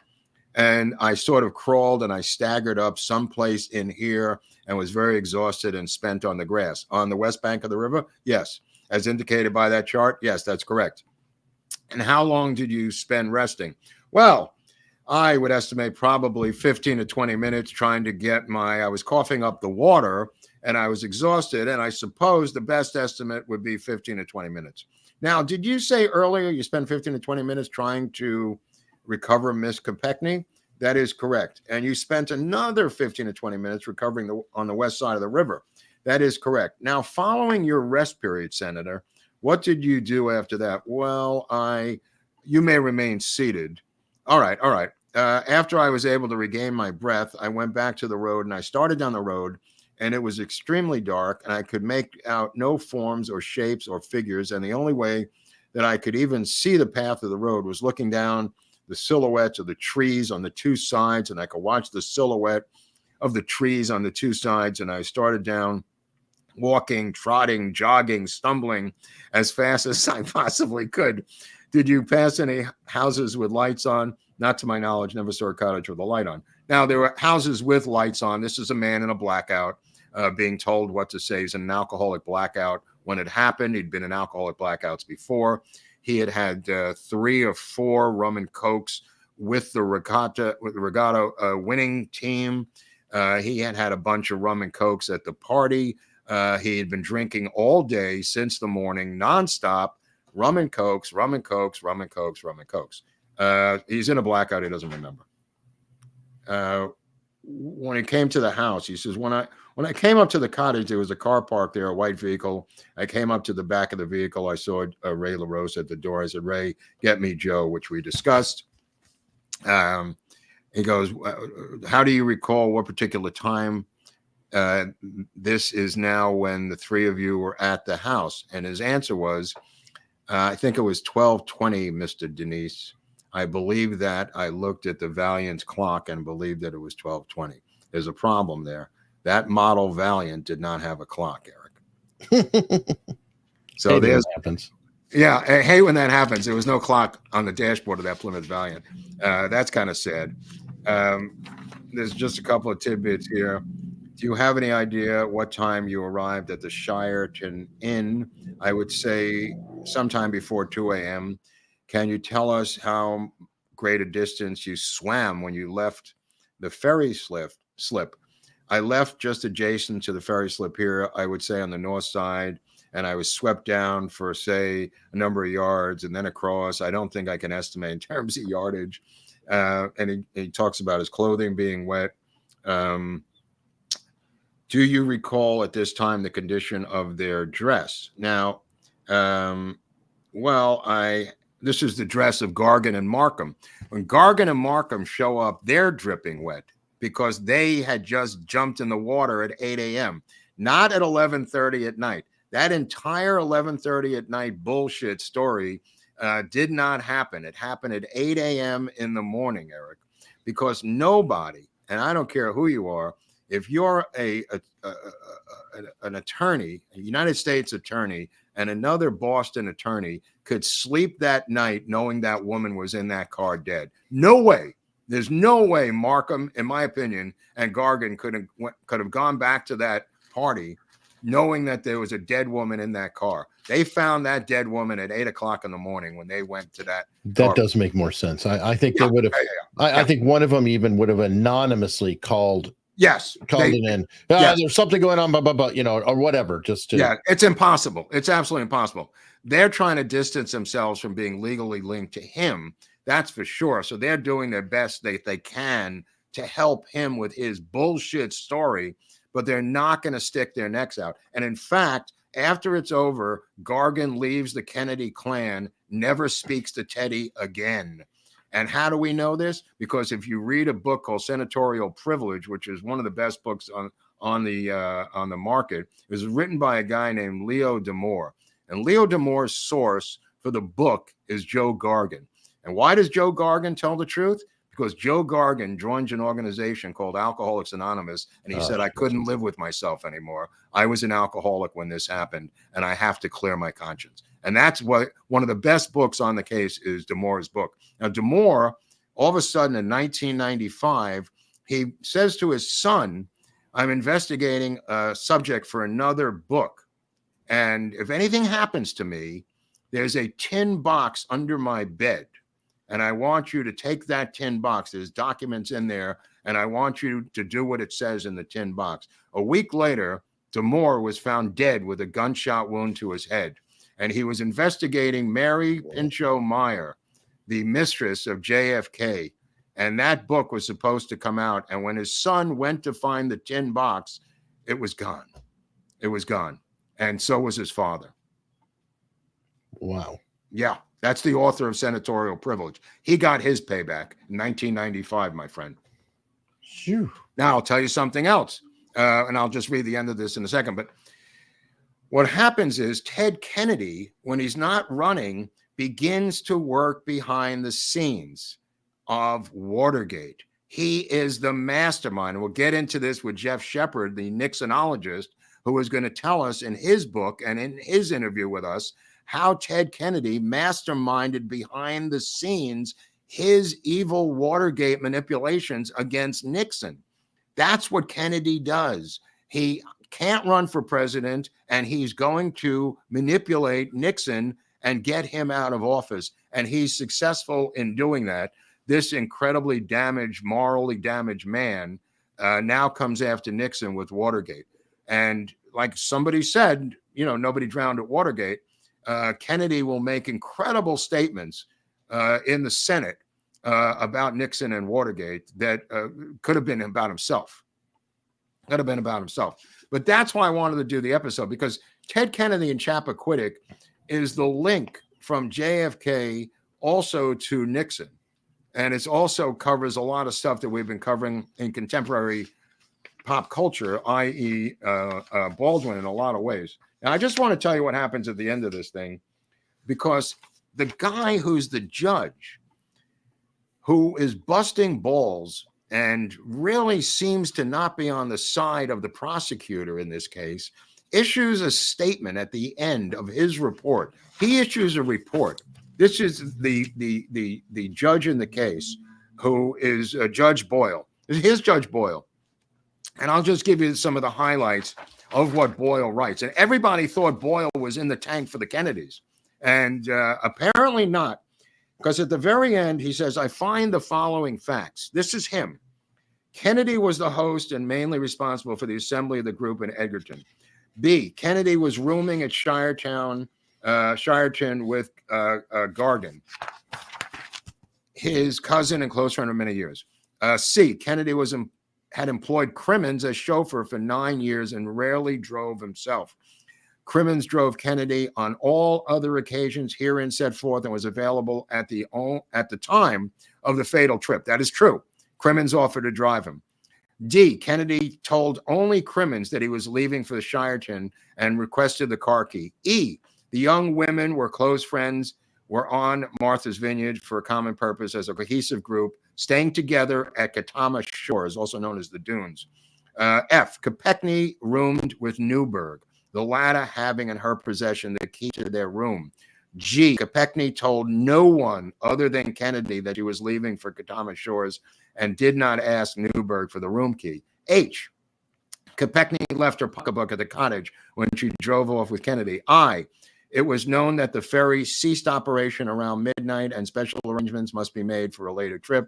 No such arrangements were made. J, 10 of the persons at the cookout did not intend to remain at the cottage overnight. K, only the Oldsmobile and the Valiant were available for transportation of the 10, the Valiant being the smaller car, that little Valiant. L, LaRosa's Mercury was parked at Shiretown and was available for use. That's L. He says, I infer a reasonable and probable explanation of the totality of the above facts is that Kennedy and Chappaquiddick did not intend to return to Edgerton, Eric, at that time. That Kennedy did not intend to drive to the ferry slip, and his turn onto Dyke Road was intentional, Eric. Having reached this conclusion, the question then arises as to whether there was anything criminal in his operation of the motor vehicle. From two personal views, which corroborate the engineer's statement, Exhibit 29, and other evidence, I am fully convinced that Dyke Bridge constitutes a traffic hazard, particularly so at night. It must be approached with extreme caution.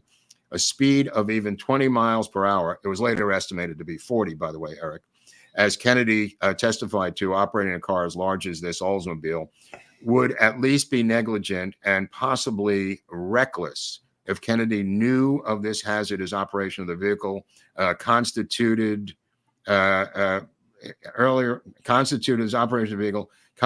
criminal conduct. Earlier on July 18th, he had been driven over the Chappaquiddick Road 3 times and over Dyke Road and Dyke Bridge twice, Eric. Chappaquiddick had been driven over Chappaquiddick Road 5 times and over Dyke Road and Dyke Bridge twice. I believe it probable that Kennedy knew of the hazard that lay ahead of him on Dyke Road, but that for some reason not apparent from the testimony, he failed to exercise due care as he approached the bridge. Number 4, this is final, February 18th, 1970. I therefore find there is probable cause, Eric, to believe that Edward M. Kennedy operated his motor vehicle negligently on a way or in a place to which the public have a right of access, and that such operation appears to have contributed to the death of Mary Jo Kekney. End of story. He is saying that Kennedy is probably guilty of negligent homicide. Well, yeah. And then he turns it over to Denise and the grand jury, and Denise goes, oh my God, I can't believe he did that to me. But that statement, Boyle will then resign the next week from being a judge. He'll then resign with that statement. Because he knew his career was finished. He knew his career was finished. Anyway, I hope that helps explain some things to the people.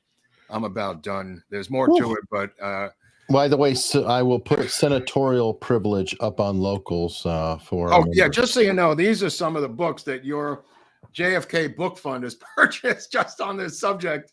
In case you want to see where the money goes, Chappaquiddick Tragedy is great. Chappaquiddick Speaks by Bill Pinney. Then a bunch of Nixon books. The Chappaquiddick movie which I strongly recommend. Right here with Ed Helms actually playing Joe Gargan. He did a great job in that.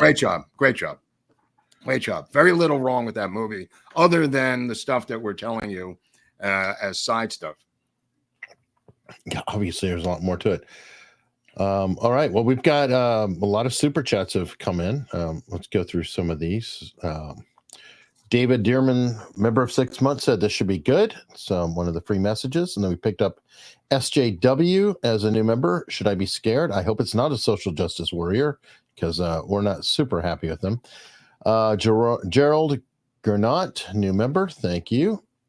Pamela Clifton, who helped us with the video a couple of weeks back. Oh, that was nice. Is very tight with RFK Jr.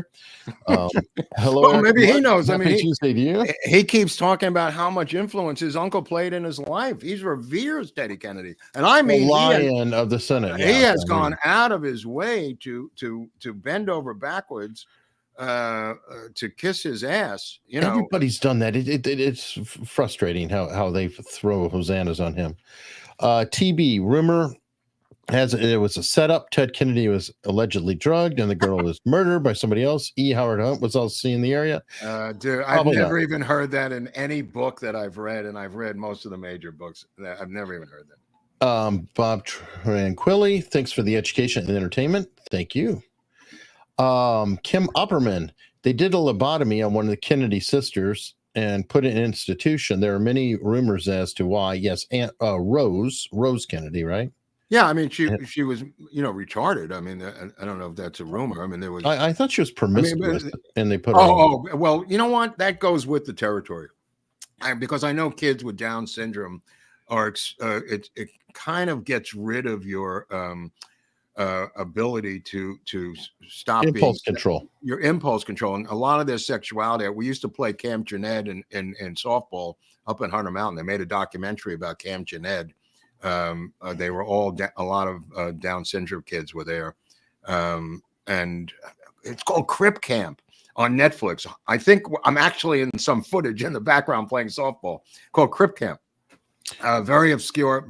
Not the documentary. The documentary got a lot of coverage when it came out 2 years ago on Netflix, but we actually played them every summer in softball. From one of the bar teams I was on, the bar league, and we would play the counselors, not the patients.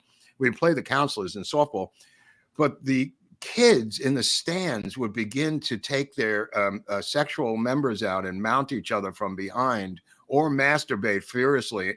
And we would just crack up as the game had to be repeatedly stopped while the counselors would run over to the stands and try to get them their pants back on or their members reinserted. All right, then that took a whole different direction, and we're trying to get through this thing. Okay, I'm sorry. It came up, so I thought the lobotomy. Okay. Oh my God. PTK, did Mary Jo initially survive the crash? Yeah, it appears. Oh yeah, definitely. I mean, what John Farrar said, it could have been up to 5 hours. Oh, that's such a nightmare. Such a nightmare. He believed, and he said repeatedly, that if he had been notified immediately, he could have rescued her. And without a doubt. I mean, if she survived for several, I mean, he had the ability, and they could, yeah. I had an interview with him. I found an interview with him, and he said, I would have. I think he said 20 minutes all told, and that would be like getting his equipment. Well, he literally got the corpse out of there within 20 minutes. Well, that's what I'm saying. Yeah, and that was like being notified, getting his equipment, driving there, putting it on, and doing it. Yeah. I love Hecklefish. Oh, heck yes. I've been requesting this. Thank you. Oh, Hecklefish. Who knew? Who knew you were requesting it? What are we, a human jukebox to you, Hecklefish? Apparently. Hey, we're serving up. Give me a break. I know I left stuff out, but there's only a certain amount of hours I could cover here. Well, we're only 2 hours in. Pinochet's helicopter tours. Hyannisport was the Kennedy compound. A rock skip away is Nashhound Island. Visitors to Nashhound include Carrie Forbes, Dulles, Bancroft, and Ruth Payne. I love the island, Eric. I just went there in the summer. I picked up Oswald's wife on the way back out of New Orleans. I love the island. But he's right. He's absolutely correct. The Cape is like a different state to the rest of us Yeah. Massachusetts residents. I'm from Worcester, the city responsible for the Lexington Concord because of 9/6/1774. And the birthplace of Abby Hoffman. All right. David March. Inquests happen in Canada all the time. Has Mark watched For All Mankind? Teddy Kennedy wins the election in 72 in the show. For All Mankind is like an alternate history of the space program that the Soviet Union got there first. I'm trying to get the real history. I don't have time for the alternative history. I'm still trying to get the actual history there, David. All right. Ray Nassman, $10. Thank you very much. Joe Bridges of $20. Mark and Eric leaving no stone unturned. Some of this is new information for me. Thank you, guys. Well, the fact that McNamara showed up at this house, I was always astonished that the Secretary of Defense would show up for his defense at the house. This is all behind the scenes. This is not, he's not out in public, McNamara. But I mean, the fact that they called in the president of the World Bank to say, Teddy's got a problem. And he answered. He answered. He was the mastermind behind this thing. Nothing answered. And Clancy Brown, by the way, Clancy Brown was excellent in that role. Clancy Brown, very famously, was the heavy in Highlander. I'll tell you something else. I did a bunch of episodes with Clancy Brown for Carnival for HBO. Oh, I remember him at Carnival. You were in that? That's right. Wait, you were in it, or you were what were you I doing? had a line in there. I had a speaking part in there. Oh, we got to find that. Good luck. I'd like to see it too. All right. Ted's driving was not reckless. He wrecked the car. It's funny because the car and the doors on the passenger side, both of them are crunched in like they were hit by a truck, and the windows smashed in, and they would have peppered anybody's skin, and her skin was flawless. Both of these windows exploded, including the windshield in the front. But the two windows on the passenger side, both imploded, sending popcorn-like shattered glass into the car. There wasn't a scratch on her.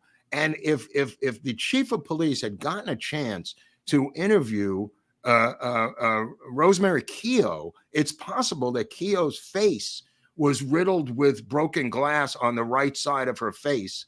And maybe that's why they had to get off that damn island before her face was seen. Somebody's got to be hurt by flying glass on the passenger side of this car. And Rosemary, Mary Jo Kekney, had no cuts on her, no bruises, no nothing. And she may have been in the back seat, cacked out, and that maybe Keogh was in the front driver's seat, passenger side seat, and was riddled with glass, and that's why they had to get him off the island. Amazing. It's a complicated case. Innes Fad said maybe Kennedy wasn't even in the car when the car went in the water. Well, I don't think he would plead guilty and say I was driving a car that killed a woman. That would be a stretch.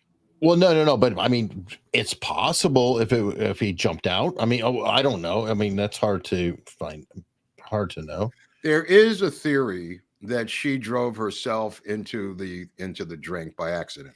The theory is that Kennedy got out of the car and said, I can't be caught driving a car with this cop. I want you to go down to the end of the road, turn around and pick me up. I'll wait here. That theory says that when she went down to the end of the road, she drove off by herself into the lagoon, and that he went and tried or made an attempt to dive in and then walked back to the house and told them or didn't tell them, and that she did it herself and she was the only one in there. Part of the reason that theory holds water, oddly enough, is the fact that her body is unbruised and uncut, and that would only happen to someone who had the protection of the steering wheel, not being battered around the interior of the car, Eric. But there was no seatbelts in that car. But the protection of the steering wheel. Right. That's what I'm saying. Would prevent her from being battered and bruised and cut. And she is not battered or bruised, and she's not cut. So some people believe that she was the driver. The only issue I have with that is that I can't see him diving in the water. It'd be like oops. He might not have. He might have just swam across. He might have just swam across the bay. and left. Every theory's got holes in it. There's no theory that doesn't have holes in it. But if she drove herself into the drink, he looked at that and said, I'm out of here, which is not far-fetched. He could have just swam across and went to his hotel room.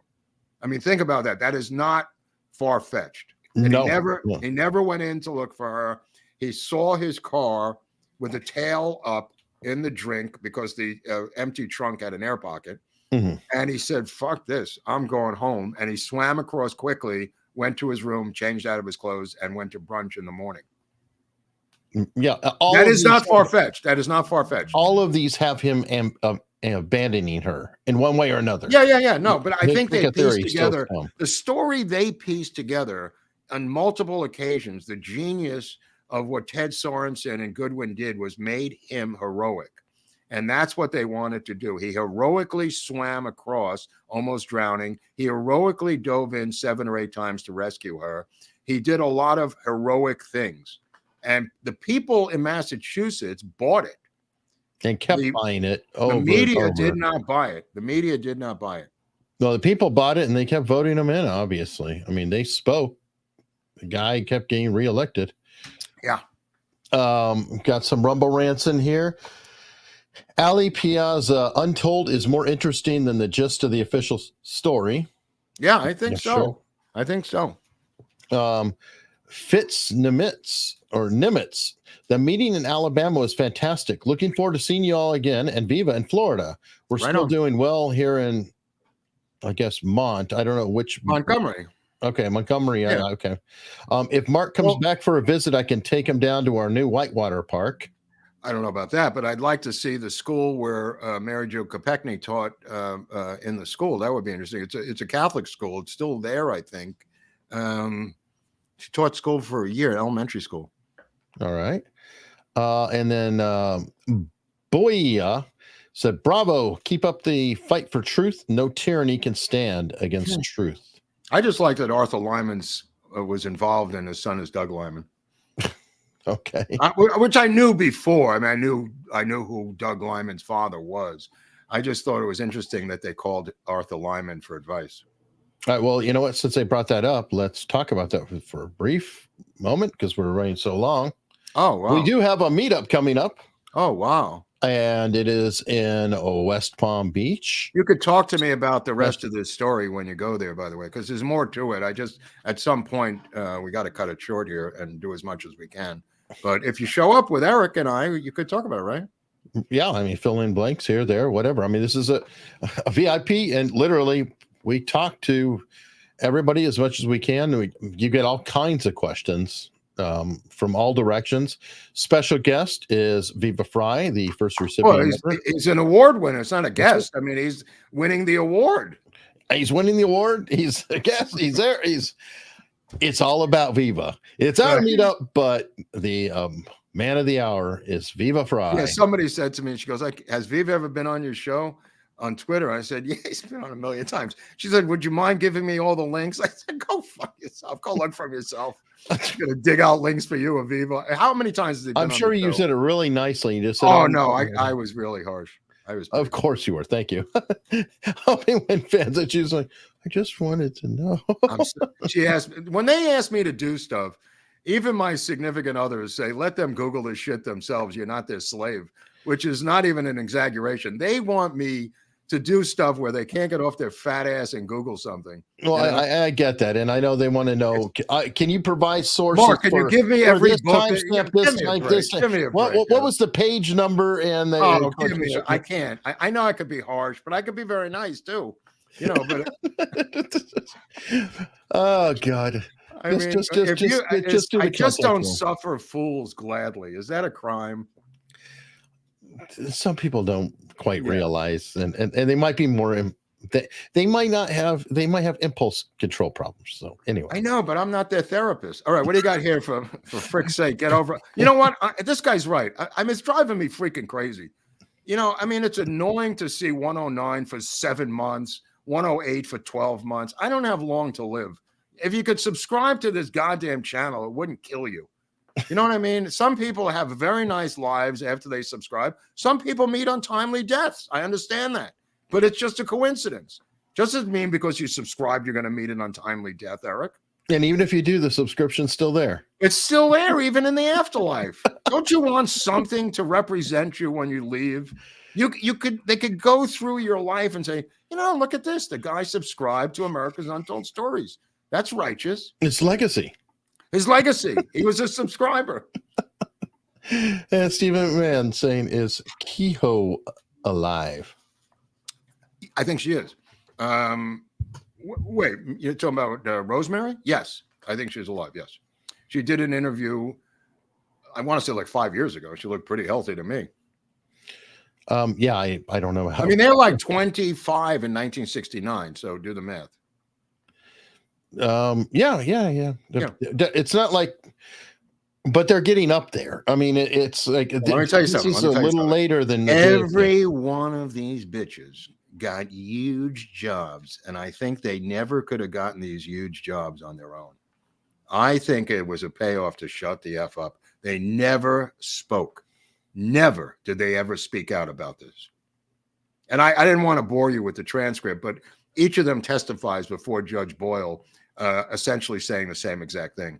And he realizes he's being snowed. Shocking. Yeah. But I mean, to the letter.